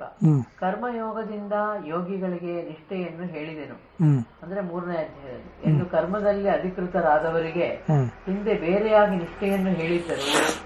ಈ ಸರ್ವಶಾಸ್ತ್ರಾರ್ಥದ ಉಪಸಂಹಾರವನ್ನು ಮಾಡುವ ಪ್ರಕರಣದಲ್ಲಿ ಅವರನ್ನು ಹೇಗೆ ಮತ್ತೆ ವಿಚಾರ ಮಾಡಿರುತ್ತದೆಯೋ ಹಾಗೆಯೇ ಜ್ಞಾನನಿಷ್ಠರಾದ ಸಾಂಖ್ಯರನ್ನೂ ಕುರಿತು ವಿಚಾರ ಮಾಡಬಹುದಲ್ಲ ಅಂತ ಆಕ್ಷೇಪ. ನಿತ್ಯ ಕರ್ಮಗಳು, ನೈಮಿತ್ತಿಕ ಕರ್ಮಗಳು. ಡಿ ವಿ ಜಿಯವರು ಇದನ್ನು ಭಾಳ ವಿಶ್ಲೇಷಣವಾಗಿ ಹೇಳಿದ್ದಾರೆ ಅಲ್ವಾ. ಕಾರಣ ಇಟ್ಕೊಂಡು ಕರ್ಮ ಮಾಡೋದು ಮತ್ತು ನಿತ್ಯ ಕರ್ಮಗಳು ಅಂದರೆ ಸ್ನಾನ ಗೀನ ಅದು ಇದು ಮಾಡತಕ್ಕಂಥ ದೇವ್ರ ಪೂಜೆ, ಕೈ ಮುಗಿಯೋದು, ಒಳ್ಳೆ ಮಾತಾಡೋದು, ಇದೆಲ್ಲ ನಿತ್ಯ ಕರ್ಮಗಳು. ಇದಕ್ಕೆಲ್ಲ ಏನು ಸ್ವಾರ್ಥ ಏನು ಇರಬೇಕಾಗಿಲ್ಲ. ಎಲ್ಲೇದು ನಡೀತಾ ಇರುತ್ತೆ. ಯಾವ ಹಳ್ಳಿಗೆ ಹೋದು ನೀರು ಬೇಕೆ ಅಂತ ಕೇಳ್ತಾರೆ, ಕೇಳಲ್ವೇ? ಅದೆಲ್ಲ ನಿತ್ಯ ಕರ್ಮಗಳು. ನೈಮಿತ್ತಿಕ ಅಂದರೆ ಒಂದು ಗುರಿ ಇಟ್ಕೊಂಡು ಮಾಡೋದು, ಇದನ್ನೇ ಮಾಡೋದು, ಫಲಹೇತು ಕಾರಣದಿಂದ ಕಾರಣದಿಂದ ಅದನ್ನು ಮಾಡೋದು. ಇದಕ್ಕೆ ಡಿಫರೆನ್ಸು ಏನಪ್ಪ ಅಂದರೆ ಇದೇ ಅರ್ಥ. ನಿತ್ಯ ಮತ್ತು ನೈಮಿತ್ತಿಕ ಕರ್ಮಗಳನ್ನು ಬಿಡ್ತಾ ಹೋಗೋದು. ಯಾವುದ್ರಿಗೂ ಇನ್ನೊಂದಪ್ಪ ಜ್ಞಾಪಕ ಇಟ್ಕೊಳ್ಳಿ, ಸ್ವಾರ್ಥ ಇರಬಾರ್ದು. ಎಲ್ಲಿ ಸ್ವಾರ್ಥ ಇದೆಯೋ ಅಲ್ಲಿ ಬಂಧನ ಇದೆ. ಎಲ್ಲಿ ನಿಸ್ವಾರ್ಥವಾಗಿರ್ತೀವೋ ಅಲ್ಲಿ ಬಂಧನ ಇರುವುದಿಲ್ಲ. ನಮಗೂ ಇರುವುದಿಲ್ಲ, ಅವ್ರಿಗೂ ಇರೋದಿಲ್ಲ. ಆಪ್ಷನ್ ಇರುತ್ತೆ. ಅಲ್ಲಿ ಆಪ್ಷನ್ ಅಂದರೆ ಆಪ್ಷನ್ನೇ ನೋಡ್ತಾ ಇರಬಾರ್ದು. ಅದು ಬಂದ ಅಟಕಾಯಿಸ್ಕೊಂಡ್ಬಿಡುತ್ತೆ ಅವಾಗ. ಆದ್ದರಿಂದ ನಾವು ಮನುಷ್ಯರಾಗಿರುವಾಗ, ಎಲ್ಲ ಜೀವಿಗಳಿಗಿಂತಲೂ ಶ್ರೇಷ್ಠವಾಗಿರುವಾಗ, ಮುಕ್ತಿಗೆ ಮಾರ್ಗಕ್ಕೆ ತೋರಿಸ್ತಕ್ಕಂಥ ಏಕೈಕ ಜೀವಿ ಅಂದರೆ ಮಾನವ ಜೀವಿ. ಇದಾದಮೇಲೆ ಮುಂದೆ ಏನೂ ಇಲ್ಲವೇ ಇಲ್ಲ. ತಿರ್ಗಾ ಬರ್ಬೋದು, ಇಲ್ಲ ಬಾರದೇ ಇರ್ಬೋದು. ಅದಕ್ಕೋಸ್ಕರ ಭಗವದ್ಗೀತೆ ಇರೋದು. ಇದು ಗಣೇಶ ಭಾವ. ಇಲ್ಲಿಂದ ನೀವು ಭಾವಕ್ಕೆ ಬೆಲೆ ಕೊಡತಕ್ಕದ್ದು. ಪರಿಹಾರ ಆಗದು. ಏಕೆಂದರೆ ಅವರು ಮೋಹದಿಂದ ದುಃಖ ನಿಮಿತ್ತವಾಗಿ ಕರ್ಮತ್ಯಾಗವನ್ನು ಮಾಡುವರೆಂಬುದು ಹೊಂದುವುದಿಲ್ಲ. ನಂಗೆ ದುಃಖ ಆಗ್ತಾ ಇದೆ. ಹೇಳಿ. ಹೇಗೆಂದರೆ ಕಾಯಕ್ಲೇಶ ನಿಮಿತ್ತವಾದ ದುಃಖವು ತಮ್ಮಲ್ಲಿರುವುದೆಂದು ಸಾಂಖ್ಯರಿಗೆ ತೋರುವುದಿಲ್ಲ. ಏಕೆಂದರೆ ಇಚ್ಛೆಯೇ ಮುಂತಾದವು ಕ್ಷೇತ್ರದ ಧರ್ಮಗಳೇ ಎಂದು ಹಿಂದೆ 13ನೇ ಅಧ್ಯಾಯದಲ್ಲಿ ತೋರಿಸಿಕೊಟ್ಟಿರುತ್ತದೆ. ಕ್ಷೇತ್ರದ ಧರ್ಮ ಅಂದರೆ ದೇಹ ಧರ್ಮ ಅಲ್ವಾ. ದೇಹ ಧರ್ಮ ಅಂದರೆ ದೇಹಿಯ ಧರ್ಮ. ದೇಹ ಅಂದರೆ ಈ ನಾನು ಅಂತ ಅಂತೀನಲ್ಲ, ಅಹಂಕಾರದಿಂದ ಕೂಡಿರ್ತಕ್ಕಂಥ, ಈ ಪ್ರಕೃತಿಯಿಂದ ಕೂಡಿರ್ತಕ್ಕಂಥ ದೇಹವನ್ನು ನಾನು ಅಂತ ಅಂದ್ಕೊಳ್ತೀವಲ್ಲ, ಆ ಅಹಂಕಾರ ಬೇರೆ, ಅಹಂ ಸ್ವಭಾವ ಬೇರೆ. ಆ ಸ್ವಭಾವದಿಂದ ನಾನು ಆತ್ಮನೇ ಸರಿಯೇ ನಿಜ.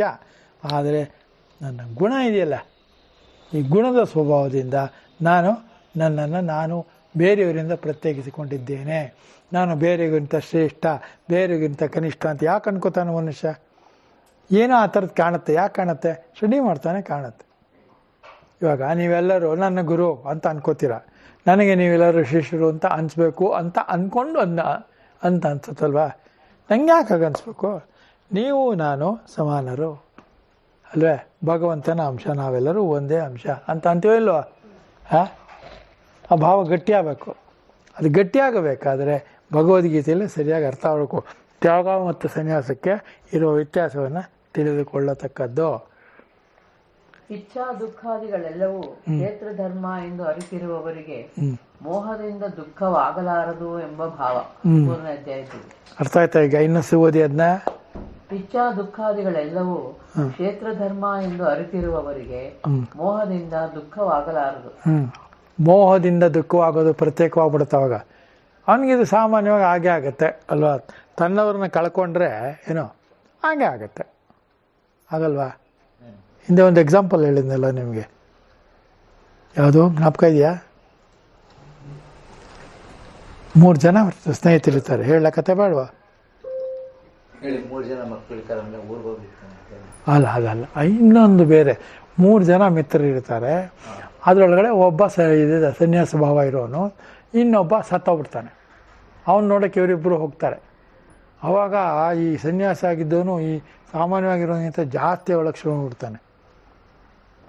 ಅವಾಗ ಅವನ ಫ್ರೆಂಡ್ ಆಚೆ ಕಡೆ, ಏನೇ ನೀನು ನೋಡ್ಕೋದೆ ಎಲ್ಲ ಬಿಟ್ಟಿರೋನು ನೀನು, ನಿಂಗೆ ಅಂತ ದುಃಖ, ನೀನು ಯಾಕೆ ಅಳ್ತಾ ಇದ್ದೆ? ಅಲ್ಲಿರೋ ದುಃಖ ಜಾಸ್ತಿ ಇತ್ತೆಯ, ಅವ್ರದ್ದು ಕಮ್ಮಿ ಆಗಲಿ ಅಂತ ನಾನು ಜಾಸ್ತಿ ಜೋರು ಮಾಡಿದೆ ಅಂತಾನೆ. ಉದ್ದೇಶ ನೋಡಿ ಹೇಗಿದೆ. ಅಂಥದ್ದೆಲ್ಲ ಅಂತೆಲ್ಲ ಇವನೇ ಹೇಳ್ತಾನೆ, ನಾಟಕ ನೀನು ಗೊತ್ತು, ಅಯ್ಯೋ ಮಾಡ್ತೀರಾ? ಅವ್ನು ನಂಬೋದೇ ಇಲ್ಲ. ಅದರಿಂದ ಯಾರನ್ನು ನಂಬಿಸುವುದಕ್ಕೆ ನನಗೆ ಈ ತ್ಯಾಗವ ಸನ್ಯಾಸ ಆಗಬಾರ್ದು. ನನಗೆ ಅದರ ನಿಜವಾದ ನಿಗದಿತವಾದ ಅರ್ಥಗರ್ಭಿತವಾಗಿರತಕ್ಕಂಥ ಭಾವ ಗೊತ್ತಿರಬೇಕು ಅನ್ನುವುದು ಮುಖ್ಯ. ಗೊತ್ತಿಲ್ಲದೇ ಇರುವುದು ಅಜ್ಞರು. ಹೌದಾ? ಅದನ್ನು ಹೇಳ್ತಾ ಇದ್ದಾನೆ ಇಲ್ಲಿ. ಆದ್ದರಿಂದ ಅವರು ಕಾಯಕ್ಲೇಶದ ದುಃಖದ ಭಯದಿಂದ ಕರ್ಮವನ್ನು ಬಿಡುವುದಿಲ್ಲ. ಕಾಯ ಕ್ಲೇಶ ದೇಹಕ್ಕೆ ತೊಂದರೆ ಆಗತ್ತೆ ಅನ್ನೋದು ಕಾರಣದಿಂದ ಕರ್ಮವನ್ನು ಬಿಡೋದಿಲ್ಲ. ಸುಮ್ಮನೆ ಕರ್ಮವನ್ನು ಬಿಡ್ತಾರಷ್ಟೇ, ಅಥವಾ ಕಾಯ ಕ್ಲೇಶ ಇಲ್ದೇ ಮಾಡ್ತಾರೆ. ಫಲ ತ್ಯಾಗ ಇದೆ ಅದರಿಂದ ಮಾಡ್ತಾರೆ. ಸಂಗನ್ಯಾಸ ಅಂದರೆ ಕರ್ತೃತ್ವ ಭೋಕ್ತೃತ್ವ. ಸಂಘ ಯಾವುದು?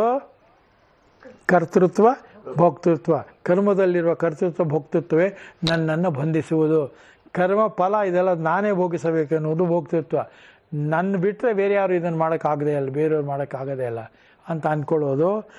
ಶಂಕರಾಚಾರ್ಯರಿಂದ ನನ್ನ ತನಕ ಶಂಕರ ಈ ಭಗವದ್ಗೀತೆಗೆ ಎಷ್ಟು ಜನ ಬರೆದಿರ್ಬೋದು ಭಾಷ್ಯ, ಎಷ್ಟು ಜನ ಹೇಳಿರ್ಬೋದು ಅಲ್ವಾ? ಕೋಟಿ ಜನ ಅಲ್ವಾ? ಯಾರು ಶ್ರೇಷ್ಠ, ಯಾವುದು ಅಶ್ರೇಷ್ಠ, ಅದು ಅವರವರ ಅಭಿಪ್ರಾಯ ಅಲ್ವೇ. ಗೀತೆಗೆ ಹಲವು ಮುಖಗಳಿದೆ. ನಿಮಗೆ ಯಾವುದು ಮುಖ ಹೊಂದತ್ತೋ ಆ ಮುಖವಾಡವನ್ನು ನೀವು ಹಾಕ್ಕೋಬೋದು ಜೀವನದಲ್ಲಿ ನೀವು ಯಶಸ್ವಿ ಆಗಬೇಕಾದರೆ. అంటే ಜಾಸ್ತಿ ಕಮ್ಮಿ ಪ್ರಶ್ನೆನೇ ಇಲ್ಲ ಇದರೊಳಗಡೆ. ಮುಂದೆ ಆದ್ದರಿಂದ ಅವರು ಕಾಯಕ್ಲೇಶದ ದುಃಖದ ಭಯದಿಂದ ಕರ್ಮವನ್ನು ಬಿಡುವುದಿಲ್ಲ. ಕರ್ಮಗಳು ತಮ್ಮಲ್ಲಿ ಇವೆಯೆಂದು ಅವರಿಗೆ ತೋರುವುದಿಲ್ಲ. ಹಾಗೆ ತೋರುತ್ತಿದ್ದರೆ ನಿತ್ಯ ಕರ್ಮವನ್ನು ಮೋಹದಿಂದ ಅವರು ಬಿಡಬಹುದು ಎಂದಾಗುತ್ತಿತ್ತು ಅಲ್ವೇ.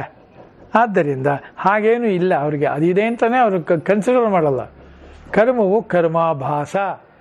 ನಾನು ಮಾಡುತ್ತಿರುವುದೆಲ್ಲವೂ ಭಾಸ ಮಾತ್ರ, ತಾತ್ಕಾಲಿಕ ಮಾತ್ರ. ಆ ಕಾಲದಲ್ಲಿ ಮಾಡಲೇಬೇಕಾದಂಥ ಡ್ಯೂಟಿ ಆಗಿರುವುದು, ಕರ್ತವ್ಯವಾಗಿರುವುದರಿಂದ ಅದನ್ನು ಮಾಡುತ್ತಿದ್ದೇನೆ ಹೊರತು ಬಂಧನದಿಂದ ಹೆದರಿಕೊಂಡು ಮೋಹದಿಂದ ಅಲ್ಲ. ಏನೋ ಅವ್ರದ್ದು ಮಾಡ್ತಾರಲ್ಲ, ಬನಶಂಕರಿಗೆ ತೊಗೊಂಡೋಗಿ ನಿಂಬೆಹಣ್ಣು ಅಂಥದ್ದು ದೀಪ ಹಚ್ಚೋದು 90 ತೊಗೊಂಡೋಗಿ, ಅದರಿಂದೇನು ಭಾವ ಬಂಧನ ಅದು. ಅಂದರೆ ನನಗೇನೋ ಆಗ್ಬಿಡುತ್ತೆ ಅಂತ ಏನೂ ಆಗಲ್ಲ. ಯಾಕಾಗಲ್ಲ ಅಂದರೆ ಅವರು ಆಗ ಅನ್ಕೋತಾ ಇರೋದಕ್ಕೆ ಕಾರಣ ಏನು ಅಂದರೆ ಅಜ್ಞರು ಏನೋ ಆಗ್ಬಿಡುತ್ತೆ ಅಂತ ಅಂದ್ಕೊಂಡಿದ್ದಾರೆ. ಏನಾದ್ರು ಆಗುತ್ತಾ? ಹಾಂ, ಅದು ಕರೆಕ್ಟ್. ಏನಾಗಬೇಕೋ ಅದೇ ಆಗತ್ತೆ ಅಲ್ವಾ? ಏನು ಮಣಿ, ಅರ್ಥ ಆಗ್ತಾ ಇದೆಯಾ? ಏನೋ ಅವ್ರಿಗೆ ಅನುಮಾನ ಇದೆ, ಏನು ಕೇಳಕ್ಕೊಂಥರ ಮುಲಾಜಿಲ್ದೆ ಕೇಳ್ತಾ ಇರಬೇಕು. ಕರ್ಮಕ್ಕೂ ತಮಗೂ ಸಂಬಂಧವೇ ಇಲ್ಲ ಎಂಬ ಅರಿವು ಇರುವವರು ಕರ್ಮವನ್ನು ಮಾಡುವುದಾದರೂ ಬಿಡುವುದಾದರೂ ಹೇಗೆ? ಎಲ್ಲಿದೆ? ಕರ್ಮಕ್ಕೂ ನನಗೂ ಸಂಬಂಧ ಇಲ್ಲ ಅಂದಮೇಲೆ ಬಿಡೋದೇನು ಕಟ್ಕೊಳ್ಳೋದೇನೋ ಅಲ್ವೇ? ಇವಾಗ ಲಲಿತು ನೀವು ಇದರ ಅಡುಗೆ ಮಾಡ್ತೀರ ದಿವಸ, ಅದು ಕರ್ಮ ಬಂಧನವೋ ರಮೇಶ್ ಬಂಧನವೋ? ರಮೇಶ್ ನೀವೇನು ಹೇಳ್ತೀರಾ?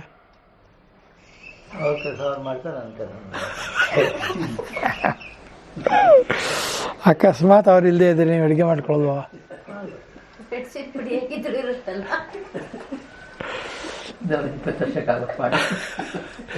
ಅದರಿಂದ ಕರ್ಮ ಬಂಧನ ಅನ್ನೋದು ಕರ್ಮ ಮೋಕ್ಷ ಅನ್ನೋದು ಎರಡೂ ಕೂಡ ತಾತ್ಕಾಲಿಕ. ಜ್ಞಾಪಕ ಇಟ್ಕೊಂಡಿರಿ. ಇಲ್ಲ ಅವನು ಹೋಗ್ಬೇಕು, ಇಲ್ಲ ನಾನು ಹೋಗ್ಬೇಕು, ಎರಡಲ್ಲೂ ಅಡುಗೆ ಬಿಡುಗಡೆ ಆಗುತ್ತೆ ಅಲ್ವಾ? ಸೊ ಬಂಧನ ಮೋಕ್ಷ ಅನ್ನೋದು ನಾನು ನಿಮ್ಗೆ ಹೇಳ್ತಾ ಇದ್ದೀನಿ ನೋಡಿ. ಯಾವುದರಿಂದ ಮೋಕ್ಷನಪ್ಪ? ಇವಾಗ ತಿರ್ಗಿ ಹೇಳ್ತೀನಿ, ಇನ್ನೊಂದು ಸತಿ ಕೊನೆಯಲ್ಲೂ ಹೇಳ್ತೀನಿ. ನಿಮಗೆ ಯಾವುದರಿಂದ ಮೋಕ್ಷ ಬೇಕು? ಯಾವ ಬಂಧನದಿಂದ? ಯಾವ ಕರ್ಮ ಬಂಧನ? ನೋಡಿದ್ರ? ಇವಾಗ ಯಾವುದು ಬಂಧಿಸಿದೆ ಅಂತ ನಿಮ್ಗೆ ಗೊತ್ತಾದರೆ ಅದರಿಂದ ಬಿಡುಗಡೆ ಪಡಿಸ್ಬೋದು. ನಿಮ್ಗೆ ಎರಡ ಇರೋದು ಯಾವ ಬಂಧನ? ಇದಲ್ಲ ಹೆಂಡತಿ ಬಂಧನನ ಹಾಗೆ ಹೇಳೋಕ್ಕಾಗಲ್ಲ. ಇಲ್ಲೇ ಇದ್ದಾಳೆ ಅವಳು, ಅದರಿಂದ ಹೇಳೋಕ್ಕಾಗಲ್ಲ. ಅದೇನು ಮಾಡೋದು? ಅದರಿಂದ ನಮಗೆ ಬಂಧನದಿಂದ ಮೋಕ್ಷದಿಂದ ನಾವು ನಿಜವಾಗಲೂ ಬಂಧನದಲ್ಲಿ ಇಲ್ಲ. ಬಂಧನದಲ್ಲಿ ಇದೆ ಅಂತ ಅಂದ್ಕೊಳ್ಳೋದು ಅಜ್ಞರು. ಆದ್ದರಿಂದ ನನಗೆ ಯಾವುದೇ ಮೋಕ್ಷದ ಅವಶ್ಯಕತೆ ಇಲ್ಲ ಅಲ್ವಾ? ಬಂಧನದಲ್ಲಿ ಇರುವವನಿಗೆ ಮೋಕ್ಷ, ನನಗೆ ಯಾವ ಬಂಧನವೂ ಇಲ್ಲ. ಅದರಿಂದ ನನಗೆ ಯಾವ ಮೋಕ್ಷವೂ ಇಲ್ಲ. ಯಾವ ಮೋಕ್ಷವೂ ಇಲ್ಲದಿರುವುದರಿಂದ ನನಗೆ ಬಿಡುಗಡೆ, ಯಾವ ಬಂಧನವೂ ಇಲ್ಲ. ಅದರಿಂದ ಮೋಕ್ಷ ಬಂಧನ ಅನ್ನೋದು ತಾತ್ಕಾಲಿಕವಾಗಿ ನಿಮ್ಮನ್ನು ಪೀಡಿಸ್ತಕ್ಕಂಥ ಭಾವ್ಯವರ್ತ ವಾಸ್ತವವಾಗಿ ಇರುವುದಲ್ಲ, ಅದೊಂದು ಭಾಸ. ಹೌದಾ? ನನಗೆ ಅಜ್ಞಾನ ಬಂಧನ ಇದೆ. ಈ ನಿಜವಾಗ್ಲೂ ಈ ಸಮಯದಲ್ಲಿ ತಿಳ್ಕೊಳ್ಳಿ, ನನಗೆ ಅಜ್ಞಾನದ ಬಂಧನ ಇದೆ. ಜ್ಞಾನದಿಂದ ಮೋಕ್ಷ ಬೇಕು. ಜ್ಞಾನ ಬಂದರೆ ಅಜ್ಞಾನ ಅನ್ನೋದು ಬಂಧನ ಹೊಟ್ಟೋಗುತ್ತೆ, ಅದಲ್ವಾ? ಜ್ಞಾನ ಬರಬೇಕಲ್ಲ. ಏನದು? ಅಜ್ಞಾನ ಅನ್ನೋದೇನು? ಇಲ್ಲದಿರುವುದು. ಹೇ, ಅಜ್ಞಾನ ಅಂದರೆ ಇಲ್ಲದೇ ಇರುವುದಾ? ಅಲ್ಲಲ್ಲ, ಇಲ್ಲದಿರೋ ಇದೆ ಅಂತ ಅನ್ಕೊಂಡಿರೋದು ಅಜ್ಞಾನ. ಅಲ್ವಾ? ಅದ್ಯಾವುದದು? ಸಂಸಾರವೂ ಇಲ್ಲ ಅಲ್ವಾ? ನಾನು ಅನ್ನುವುದು ಆತ್ಮವೋ ಶರೀರವೋ? ಶರೀರವು ನಾನು ಅಂದುಕೊಂಡುಗಳು ತಾತ್ಕಾಲಿಕ ಹೊಟ್ಟೋಗುತ್ತೆ. ಅದರಿಂದ ಆತ್ಮವು ಯಾವಾಗಲೂ ಇರುವುದು. ಆತ್ಮಕ್ಕೆ ಬಂಧವೂ ಇಲ್ಲ, ಮೋಕ್ಷವೂ ಇಲ್ಲ, ಜನ್ಮವೂ ಇಲ್ಲ, ಏನೂ ಇಲ್ಲ ಅಲ್ವಾ? ಜನ್ಮ ಮೃತ್ಯು ಜರ ಅನ್ನೋ ಆತ್ಮಕ್ಕಿದೆಯೋ? ಅಂತ ಯಾಕೆ ಗ್ಯಾರಂಟಿ ಇಲ್ಲ ನಿಮಗೆ? ಯಾಕೆ ಹೆದರ್ಕೊತಿದ್ದೀರಾ? ಯಾತಿಗೆ ಭಯ? ಯಾತಿಗೆ ಭಯ ಅಂದರೆ ನನಗೆ ಒಂದೇ ಒಂದು ಶ್ಲೋಕ ಇದೆ ಅದಕ್ಕೆ. ಏನು? ಪೂರ್ಣಮದಃ ಪೂರ್ಣಮಿದಂ ಪೂರ್ಣಾತ್ ಪೂರ್ಣಮುದಚ್ಯತೆ ಪೂರ್ಣಸ್ಯ ಪೂರ್ಣಮಾದಾಯ ಪೂರ್ಣಮೇವಾವಶಿಷ್ಯತೆ. ಇದು ಚೆನ್ನಾಗಿ ಗಟ್ಟಿ ಮಾಡಿಬಿಡಿ. ಇವಾಗ ಮನೆಗೆ ಹೋಗ್ಬಿಟ್ಟು ಏನು ಮಾಡಿ, ಗಟ್ಟಿ ಮಾಡಿ ಅಂದರೆ ಚೆನ್ನಾಗಿ ಯಾರು ಮುಟ್ಟಕ್ಕಾಗಬಾರ್ದು ಮಾಡಿಬಿಟ್ಟು ಪಕ್ಕದಲ್ಲಿ ಇಟ್ಟುಬಿಡೋದು. ಗಟ್ಟಿ ಮಾಡ್ಕೊಳ್ಳಿ ಅಂದರೆ ಪೂರ್ತಿ ಭಾವದಲ್ಲಿ ನಿಲ್ಲಿ ಅಂತ ಅರ್ಥ. ಹೇಳಿ.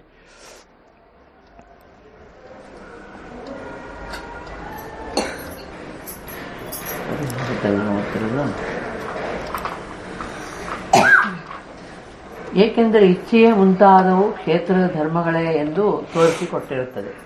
ಆದ್ದರಿಂದ ಅವರು ಕಾಯಕ್ಲೇಶದ ದುಃಖದ ಭಯದಿಂದ ಕರ್ಮ ಬಿಡುವುದಿಲ್ಲ.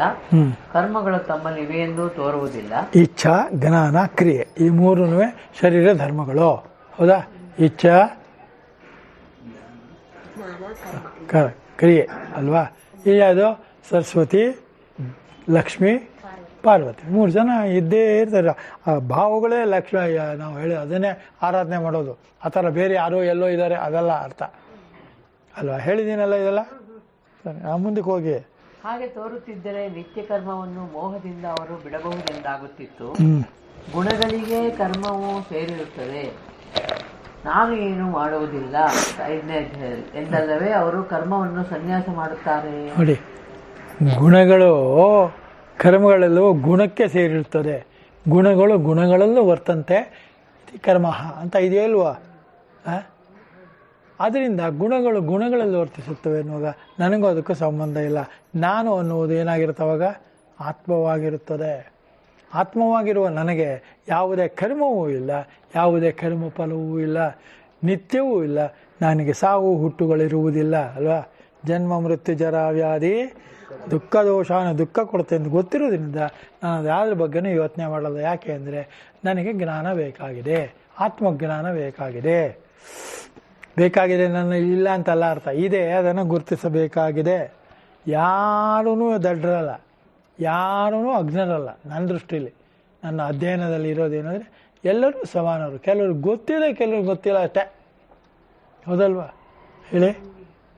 ಸರ್ವಕರ್ಮಗಳನ್ನು ಮನಸ್ಸಿನಿಂದ ಸನ್ಯಾಸ ಮಾಡಿ 5ನೇ ಅಧ್ಯಾಯದಲ್ಲಿ ಮುಂತಾದ ಶ್ಲೋಕಗಳಲ್ಲಿ ತತ್ವಜ್ಞಾನಿಯು ಸನ್ಯಾಸ ಮಾಡುವ ಬಗೆಯನ್ನು ಹೇಳಿರುತ್ತದಲ್ಲವೇ? ತನಗೆ ಯಾವ ಕರ್ಮದ ಸಂಬಂಧವೂ ಇಲ್ಲವೆಂಬ ಜ್ಞಾನವನ್ನು ಅನುಭವ ಪೂರ್ವಕವಾಗಿ ಪಡೆದುಕೊಳ್ಳುವುದೇ ಈ ಸನ್ಯಾಸದ ಪ್ರಕಾರವು. ಅನುಭವ ಅನ್ನೋದು ಅನುಭಾವ, ಭಾವ ಇದೆಯಲ್ಲ, ಆ ಭಾವನ ಸೇರಿಸ್ಕೊಂಡ್ರೆ ಅನುಭವ ಆಗುತ್ತದೆ ಅಲ್ವಾ? ಅದಕ್ಕೋಸ್ಕರ ಗಣೇಶ ಅಂತ ಹೇಳಿದ್ದು. ಗಣೇಶ ಎಲ್ಲವನ್ನು ತಿಳ್ಕೊಂಡು ಆಮೇಲೆ ಬರೆದ. ಅದನ್ನ ತಿಳ್ಕೊಂಡು ಅವನು ಬರೆದಿರೋದ್ರಿಂದ, ಅದನ್ನು ವ್ಯಾಸರು ಒಪ್ಪಿಕೊಂಡಿರುವುದರಿಂದ ನಮ್ಮ ಅಭಿಪ್ರಾಯ ಏನೂ ಅದಕ್ಕೆ ಅವಶ್ಯಕತೆ ಇರುವುದಿಲ್ಲ. ಹೌದಾ? ವಿದ್ಯಾಗಣಪತಿ ಯಾವ ವಿದ್ಯಾಗಣಪತಿ? ನಮ್ಮದು ಅಕಾಡೆಮಿಕ ಅಲ್ಲ, ಆತ್ಮವಿದ್ಯಾಗಣಪತಿ. ಹೌದಾ ಅಲ್ವಾ? ಹೀಗೆ ನೀವು ಯೋಚನೆ ಮಾಡ್ತಾ ನಿಮ್ಮ ಎಲ್ಲಿಗೋ ಹೊಟ್ಟೋಗ್ತೀರಾ, ಇಲ್ಲೇ ಇರ್ತೀರಾ. ಭಾವ ಎಲ್ಲೋ ಇರುತ್ತೆ. ಹೌದಾ? ಅದರಿಂದ ಇದು ಕೊಟ್ಟರೆ ಹೀಗಾಗುತ್ತೆ, ಅದು ಕೊಟ್ಟರೆ ಇದಾಗುತ್ತೆ, ಮಡ್ಲು ತುಂಬಿದ್ರೆ ಇದಾಗುತ್ತೆ. ಬಳೆ ಸುಮ್ಮನೆ ಬಳೆ ಕೊಡೋದು, ಚಿಕ್ಕ ಬಳೆ ಇಡೋದು, ಅದೇನೇನೋ ಮಾಡ್ತಿರಲ್ಲಪ್ಪ. ಅದರ ನೋಡಿ ಬೇಕಾಷ್ಟು ನೋಡಿದ್ದೀನಿ ನಾನು. ನೋಡಿಲ್ವಾ? ಬಿಚ್ಚೋಲೆ, ಸೋಬ್ಲಕ್ಕಿ ಜೊತೆಗೆ ಏನೇನು ಇಡ್ತಿರಲ್ಲಪ್ಪ. ಇಷ್ಟು ಉಂಡಿಗಿರೋದು. ಹಿಂದಿನ ಕಾಲದಲ್ಲಂತೂ ಭಾಳ ಕರಿ ಬಳೆ ಇಡೋದು, ಬಿಳಿ ಬಳೆ ಇಡಬಾರ್ದು, ಏನೇನೋ ಅದೆಲ್ಲ ನೋಡಿದ್ರೆ ಈ ಸಂಪ್ರದಾಯವೇ ಜಾಸ್ತಿ ಆಗ್ಬಿಟ್ಟು ಇವ್ರಿಗೆ ಶ್ರುತಿ ಮರ್ತೇ ಹೋಗುತ್ತೆ.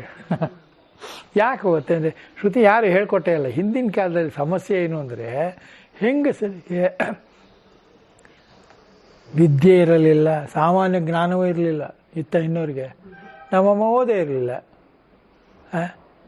ಅವನಿಗೆ ಎಷ್ಟೋ ವಿಚಾರ ಗೊತ್ತಿತ್ತು, ಆದರೆ ಅವಳು ಗೊತ್ತಿರೋ ಯಾವ ವಿಚಾರ ನಾನು ಒಪ್ಪು ಅಂತಿರಲಿಲ್ಲ. ಇತ್ತು ಬರೋನು ನೋಡೋರು, ಮನೆ ಸಂಸಾರ ನಡೆಸೋದು, ಮಕ್ಕಳನ್ನ ಸಾಕೋದು, ಇದೆಲ್ಲ ಇತ್ತು. ಆಮೇಲೆ ಬರ್ತಾ ಬರ್ತಾ ಹೆಂಗಸರೆಲ್ಲ ಓದ್ಬಿಟ್ರು, ಗಂಡಸರೆಲ್ಲರನ್ನೂ ಮನೆ ಕೆಲಸಕ್ಕೆ ಹಾಕ್ಬಿಟ್ರು ಅಲ್ವಾ. ಮನೇನಾದ್ರು ಕೆಲಸ ಮಾಡ್ತೀರಾ? ಹಾಂ, ಹೂನಿಲ್ಲ ಹೂನೆ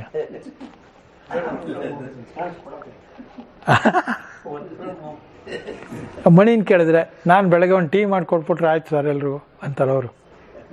ನಂಗೆ ಹೇಳ್ಯಾರ ಅವರು, ಟೀ ಒಂದು ಚೆನ್ನಾಗಿ ಮಾಡ್ತೀನಿ. ಅವ್ರ ಮನೆಯವ್ರನ್ನ ಕೇಳೋಕೆ ಇವ್ರು ಏನಾದ್ರು ಮಾಡ್ತಾರೇನ್ರಿ ಅಂತ ಅಂತಾರೆ. ಯಾಕೆಂದರೆ ಒಬ್ಬರ ಆಬ್ಸೆನ್ಸಲ್ಲಿ ಒಬ್ಬರು ಹೇಳೋದು ನಿರೂಪಣೆ ಬೇರೆ ಇರುತ್ತೆ. ಅವರೆದುರಿಗೆ ಹೇಳೋದೇ ಏನು ಬೇಕಾದ್ರೂ ಮಾಡು ಅಲ್ಲ, ಹೇಳಲ್ಲ ಅದನ್ನ ಅಷ್ಟೇ. ಈ ಥರ ಇರ್ತಾರೆ ಅಲ್ಲೇನ್ರಿ ಓದಿ. ಆದ್ದರಿಂದ ಯಾರು ಜ್ಞಾನಿಗಳಿಗಿಂತ ಬೇರೆಯವರಾಗಿ ಕರ್ಮಕ್ಕೆ ಅಧಿಕಾರಿಗಳಾದ ಆತ್ಮಜ್ಞಾನಿಗಳಲ್ಲದವರಾಗಿರುವರು ಮತ್ತು ಯಾರಿಗೆ ಮೋಹದಿಂದಲೂ ಕಾಯಕ್ಲೇಶ ಭಯದಿಂದಲೂ ಕರ್ಮವನ್ನು ತ್ಯಾಗ ಮಾಡುವುದೆಂಬುದು ಹೊಂದುತ್ತದೆಯೋ ಆ ತ್ಯಾಗಿಗಳನ್ನೇ ಆತ್ಮಜ್ಞರಲ್ಲದ ಕರ್ಮಿಗಳು ಮಾಡುವ ಕರ್ಮಫಲ ತ್ಯಾಗವನ್ನು ಹೊಗಳುವುದಕ್ಕಾಗಿ ತಾಮಸರು ರಾಜಸರು ಎಂದು ಇಲ್ಲಿ ಇರುತ್ತೆ ಎಂದು ಹೇಳಬೇಕು. ಆತ್ಮಜ್ಞಾನ ಇಲ್ಲ, ಕರ್ಮಿಗಳಾಗಿದ್ದಾರೆ ಅವರು. ಆತ್ಮಜ್ಞಾನ ಬರುತ್ತೆ ಇವತ್ತಲ್ಲ ನಾಳೆ ಅಲ್ವ ರಮೇಶ್? ರಮೇಶ್ ಯಾಕೆ ಹೋಗ್ಲಿಲ್ಲ ನೀವು? ನಿಮ್ಗೆ ಆತ್ಮಜ್ಞಾನ ಬಂದ್ಬಿಟ್ಟಿದೆ ಅಂತ ಕಾಣುತ್ತೆ. ಹೇಳಿ ಆಮೇಲೆ. ಏಕೆಂದರೆ ಎಲ್ಲಾ ಕರ್ಮಗಳನ್ನು ಪರಿತ್ಯಾಗ ಮಾಡುವ ಅಂದ್ರೆ 12ನೇ ಅಧ್ಯಾಯದಲ್ಲಿ ಸಾಧ್ಯವೇ ಇಲ್ಲ ಎಂದು ಮೌನಿಯು ಏನು ಸಿಕ್ಕರೋ ಅಷ್ಟರಿಂದಲೇ ತೃಪ್ತನಾಗಿ ಅನಿಕೇತನಾಗಿ ಸ್ಥಿರಮತಿಯಾಗಿ, ಇದೆಲ್ಲ 12ನೇ ಅಧ್ಯಾಯ ಇದೆ. ಎದೃಚ್ಛ ಲಾಭೋ ಸಂತುಷ್ಟ, ಏನು ಸಿಗತ್ತೋ ಅದ್ರಲ್ಲಿ ಸಂತೃಪ್ತವಾಗಿದ್ದಾನೆ, ಆ ಥರದವನು ಇರ್ತಾನೆ. ಅವನು ಕರ್ಮಿಯೋ ತ್ಯಾಗಿಯೋ ಸನ್ಯಾಸಿಯೋ ಏನಾಗಿದ್ದಾನೆ ಅವನು? ಏನಿಲ್ಲ, ಸಹಜವಾಗಿದ್ದಾನೆ ಅವನು ಅಂತ. ಸಹಜವಾಗಿರುವುದೇ ನಮ್ಗೆ ಯಾವಾಗಲೂ ಕೂಡ ಪೂರ್ಣ ಪ್ರಮಾಣದ ಜ್ಞಾನವನ್ನು ತಂದುಕೊಡುವುದಕ್ಕೆ ದಾರಿಯಾಗುತ್ತದೆ, ಹೌದಲ್ವ? ಅದರಿಂದ ನಮಗೆ ಪರಮಾತ್ಮ ಯಾಕೋ ಸಿಗಲ್ಲ, ನೀವು ಎಲ್ಲ ಕಡೆನೂ ಇರೋನು ಸಿಗೋದೆಂಥದ್ದು ಆ ಥರ ಅರ್ಥ ಮಾಡ್ಕೊಳ್ಳೋ ಸ್ಟೇಜಿಗೆ ಬರೋ ಹೊತ್ತಿಗೆ ನಿಮಗೆ ಪರಿಪೂರ್ಣ ಜ್ಞಾನ ಬಂದಿರುತ್ತದೆ. ಮುಂದಕ್ಕೆ ಪರಮಾರ್ಥ ಸನ್ಯಾಸಿಗೆ ವಿಶೇಷಣವನ್ನು ಕೊಟ್ಟಿರುತ್ತದೆ. ಗುಣಾತೀತ ಲಕ್ಷಣದಲ್ಲಿಯೂ 14ನೇ ಅಧ್ಯಾಯದಲ್ಲಿ ಪರಮಾರ್ಥ ಸನ್ಯಾಸಿಯನ್ನು ಸವಿಶೇಷಣವಾಗಿ ತಿಳಿಸಿದೆ. ಇಲ್ಲಿ ಕೊಟ್ಟಿರುವ ವಿಶೇಷಣಗಳಿಂದ ಜ್ಞಾನಿಗಳಿಗೆ ಯಾವ ಕರ್ಮವೂ ಇಲ್ಲವೆಂದು ಸ್ಪಷ್ಟವಾಗುತ್ತದೆ. ಹೀಗಿರುವಲ್ಲಿ ಅವರು ಕರ್ಮವನ್ನು ಮಾಡಿ ಫಲತ್ಯಾಗವನ್ನು ಮಾಡಬೇಕೆಂದು ಅಲ್ಲಿ ಹೇಳಿದೆ ಎಂದು ಕಲ್ಪಿಸುವುದು ಗೀತಾಚಾರ್ಯನಿಗೆ ವ್ಯಾಹತಿ ದೋಷವನ್ನು ಅಂಟಿಸಿದಂತೆ ಆಗುತ್ತದೆ ಎಂದು ಭಾವ. ಗೀತಾಚಾರ್ಯ ಅಂದರೆ ಕೃಷ್ಣ ಅಂತ ಅನ್ಕೊಂಡ್ಬಿಡ್ತೀವಲ್ವಾ? ನಿಜವಾಗ್ಲೂ ಗೀತಾಚಾರ್ಯ ಹೇಳಿದ್ದೇನೆ ಹೇಳ್ಯಾನೆ, ಅಷ್ಟು ವ್ಯಾಸರು ಬರೆದಿದ್ದನ್ನು ಅವನು ಹೇಳ್ಯಾನೆ. ಆದರೆ ಅದಕ್ಕೆ ವಿಶೇಷವಾದ ಅರ್ಥವನ್ನು ಕೊಟ್ಟಿದ್ದಾನೆ. ಹೇಗೆ ನಡ್ಕೋಬೇಕು ಅನ್ನೋದು ಹೇಳಿದ್ದಾನೆ, ಯಾವುದನ್ನು ಬಿಡಬೇಕು ಅನ್ನೋದನ್ನು ಹೇಳಿದ್ದಾನೆ. ಭಾಳ ವಿಶ್ಲೇಷಣೆ ನಾನು ಮಾಡ್ಯಾನೆ. ಅಂದರೆ ಕೃಷ್ಣ ಅನ್ನುವನು ಭಗವದ್ಗೀತೆಯ ಸಂಶ್ಲೇಷಕ, ವಿಶ್ಲೇಷಕ ಅಲ್ಲ. ಹೇಳಿದ್ದೀನಲ್ವ ಎಷ್ಟೊಸೆ? ಭಗವಂತನು ಪರಮಾತ್ಮನು ಶ್ರೀಕೃಷ್ಣ ಪರಮಾತ್ಮನು ವಿಶ್ಲೇಷಕ, ವಿಶ್ಲೇಷಣೆ ಮಾಡ್ತಾನೆ. ಸಂಶ್ಲೇಷಕ ಅವನು. ಆ ದಿನದನ್ನು ಅದ್ರಲ್ಲಿರತಕ್ಕಂಥದ್ದನ್ನು ಬಿಡಿಸ್ತಾನೆ ಹೊರತು ವಿಶ್ಲೇಷಕನಲ್ಲ, ಸಂಶ್ಲೇಷಕ. ಹೌದಾ? ಅರ್ಥ ಆಯ್ತಾ? ಇಲ್ಲ ಅನ್ನಿ, ಇಲ್ಲ ಅಂದ್ರೆ ಇಲ್ಲ ಅನ್ನಿ, ಇದೇನ್ರಿ ಇಲ್ಲ ಏನು ರಮೇಶ್? ಸಂಶ್ಲೇಷಕ ಅಂದ್ರೆ ಏನು, ವಿಶ್ಲೇಷಕ ಅಂದ್ರೆ ಏನು? ನಿಮ್ಗೆ ಅನುಮಾನ ಬಂತಲ್ವಾ? ಹಾಂ, ಸಂಶ್ಲೇಷಣೆ ಅಂದ್ರೆ ಏನು? ಹಾಂ, ಸರಿಯಾಗಿ ಇರುವುದನ್ನು ಅದನ್ನು ಸರಿಯಾಗಿಯೇ ಹೇಳುತ್ತಾನೆ, ಅದು ಸಂಶ್ಲೇಷಣೆ. ನಮ್ಮ ಅಭಿಪ್ರಾಯ ಸೇರಿಸಿ ಹೇಳೋದು, ಹೀಗಲ್ಲ ಹಾಗೆ ಹೀಗೆ ಹೇಳ್ತಾ ಇರೋದು. ಸತ್ಯನಾರಾಯಣ ಪೂಜೆಯಲ್ಲಿ ಸಭಾದ್ಭಕ್ಷನ ಹಾಕುವಾಗ ಸಭಾದ್ಭಕ್ಷ ಮಾಡೋದು, ಏಲಕ್ಕಿ ಹಾಕಬಾರ್ದು ಅಂದ್ಬಿಡೋದು, ಬಾಳೆಹಣ್ಣು ಹಾಕಬೇಕು. ನೀವು ಸಭಾದ್ಭಕ್ಷಣೆ ಮಾಡಬೇಡಿ, ಆವಾಗಲೂ ಏನು ದೋಷ ಏನಿಲ್ಲ ಅಲ್ವಾ? ಹೌದು ಅಂತ ಹೇಳೋಕ್ಕೆ ಭಯ ನಿಮಗೆ.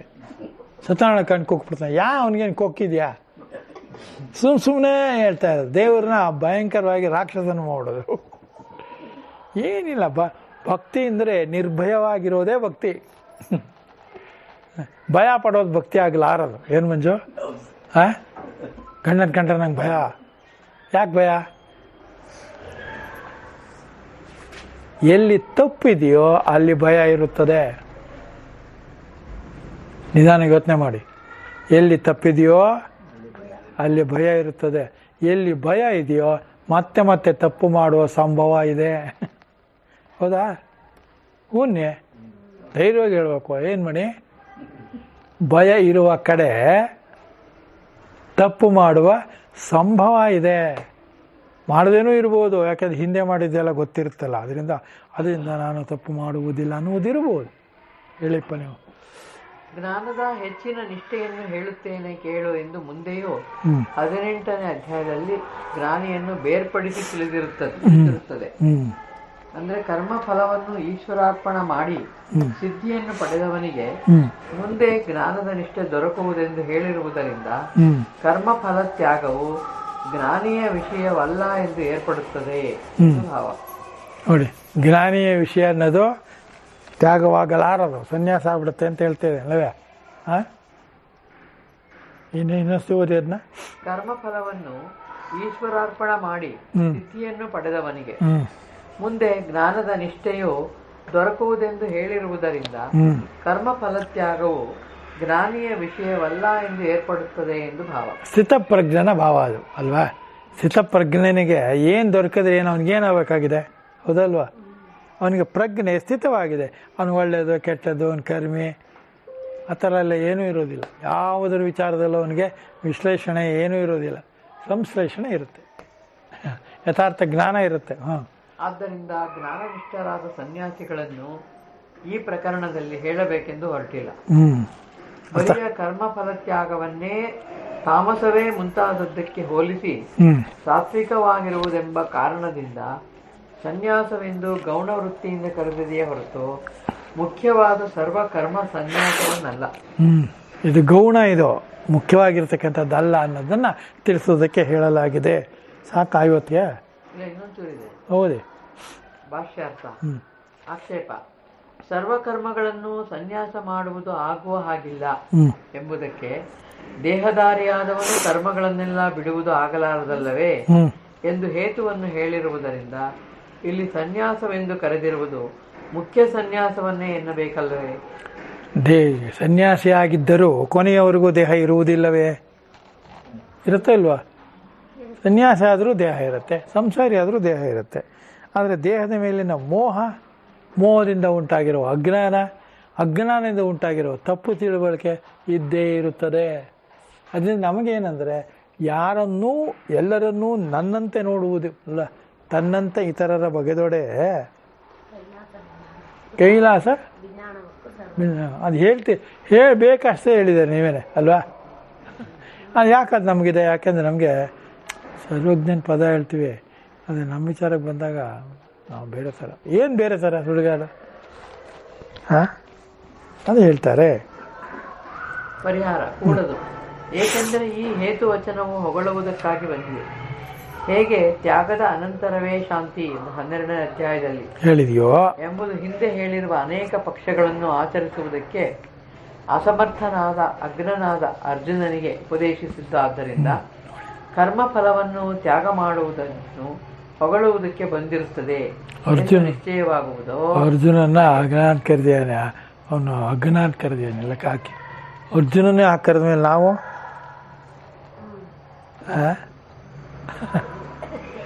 ಏನಂತ ಹೇಳ್ಬೇಕು ಹೇಳಿ? ಈ ಶ್ಲೋಕದ ಭಾಷ್ಯದಲ್ಲಿ ಜ್ಞಾನಿಗಳ ತ್ಯಾಗಕ್ಕೂ ಅಜ್ಞರ ಕರ್ಮ ಫಲ ತ್ಯಾಗಕ್ಕೂ ಹೋಲಿಕೆ ಇರುವುದರಿಂದ ಕರ್ಮ ಫಲತ್ಯಾಗವನ್ನು ಹೊಗಳಿದೆ ಎಂದು ತಿಳಿಸಿಕೊಟ್ಟಿದೆ.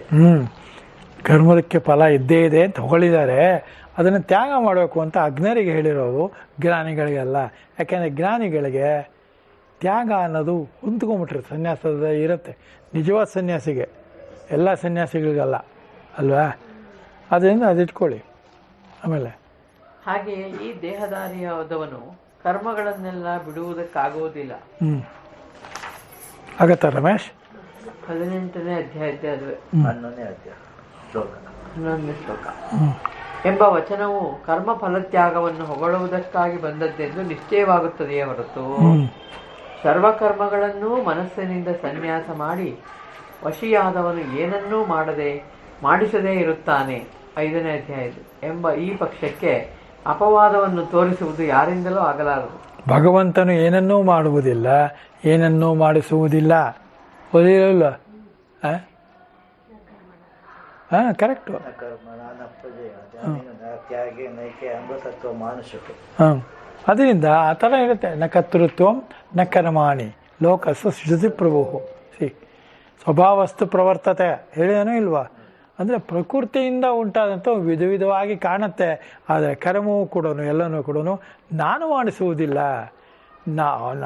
ಅವನಿಗೆ ನಾನು ಪ್ರೇರಣೆ ಮಾಡಿಯೂ ಮಾಡಿಸುವುದಿಲ್ಲ, ಪ್ರಕೃತಿ ಅದನ್ನು ಮಾಡಿಸುತ್ತದೆ ಅಂತ ಸ್ಪಷ್ಟವಾಗಿ ಭಗವದ್ಗೀತೆಯಲ್ಲಿ ಹೇಳ್ಯಾನೆ. ಯಾರು? ಭಗವಂತ. ಯಾರು? ಅಲ್ಲ.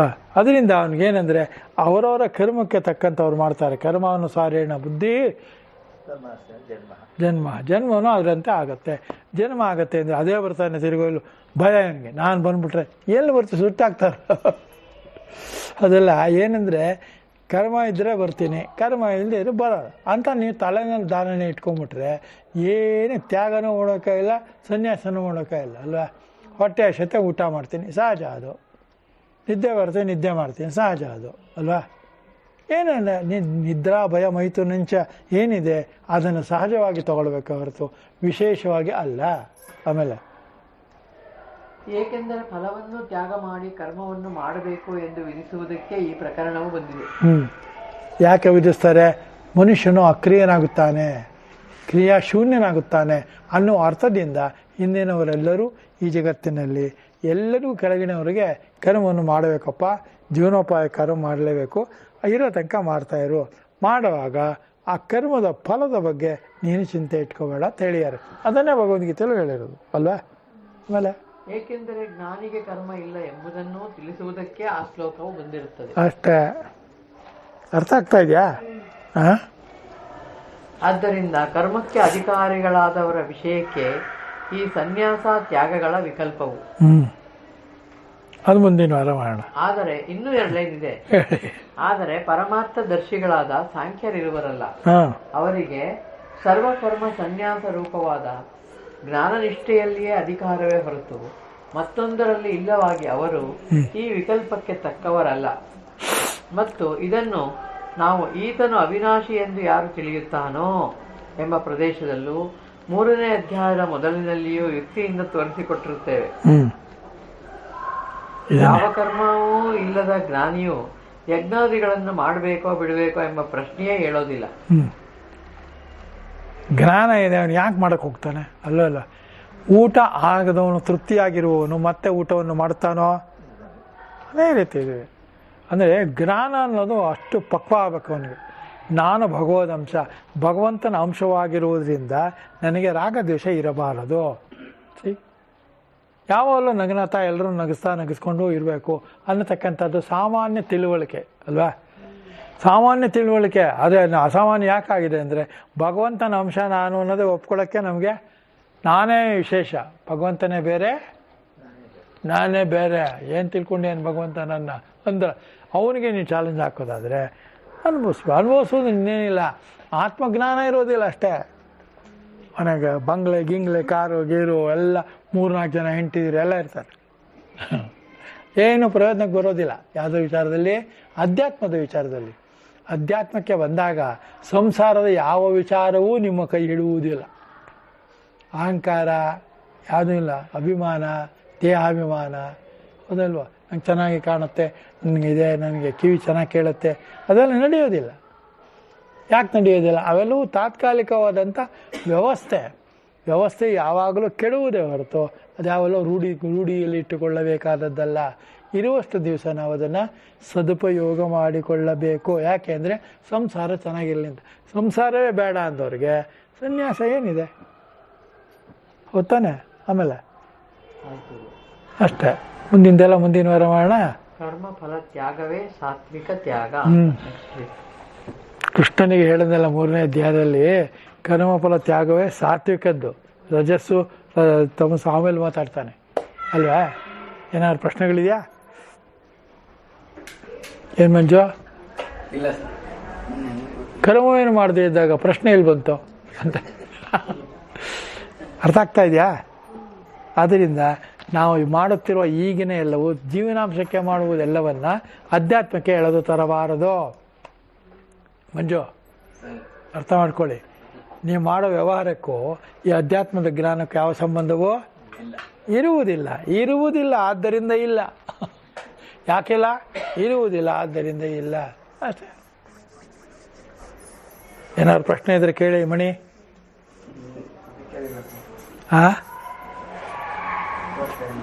ಒಂದ್ಸತಿ ಇದನ್ನೆಲ್ಲ ಓದ್ಕೊಂಬನ್ನಿ, ಮುಂದಿನ ವಾರ ಮುಂದುವರಿಸೋಣ. ಇವಾಗ ಏನು ಮಾಡೋಣ? ಸದ್ಯ ಬಂತಲ್ಲ ಮಂಗಳಾಚರಣ. ನೀವು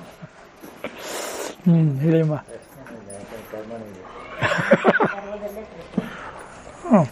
ಪ್ರಶ್ನೆ ಅನ್ನೋದೇ ಒಂದು ಕರ್ಮ ಅಂತ ರಮೇಶು.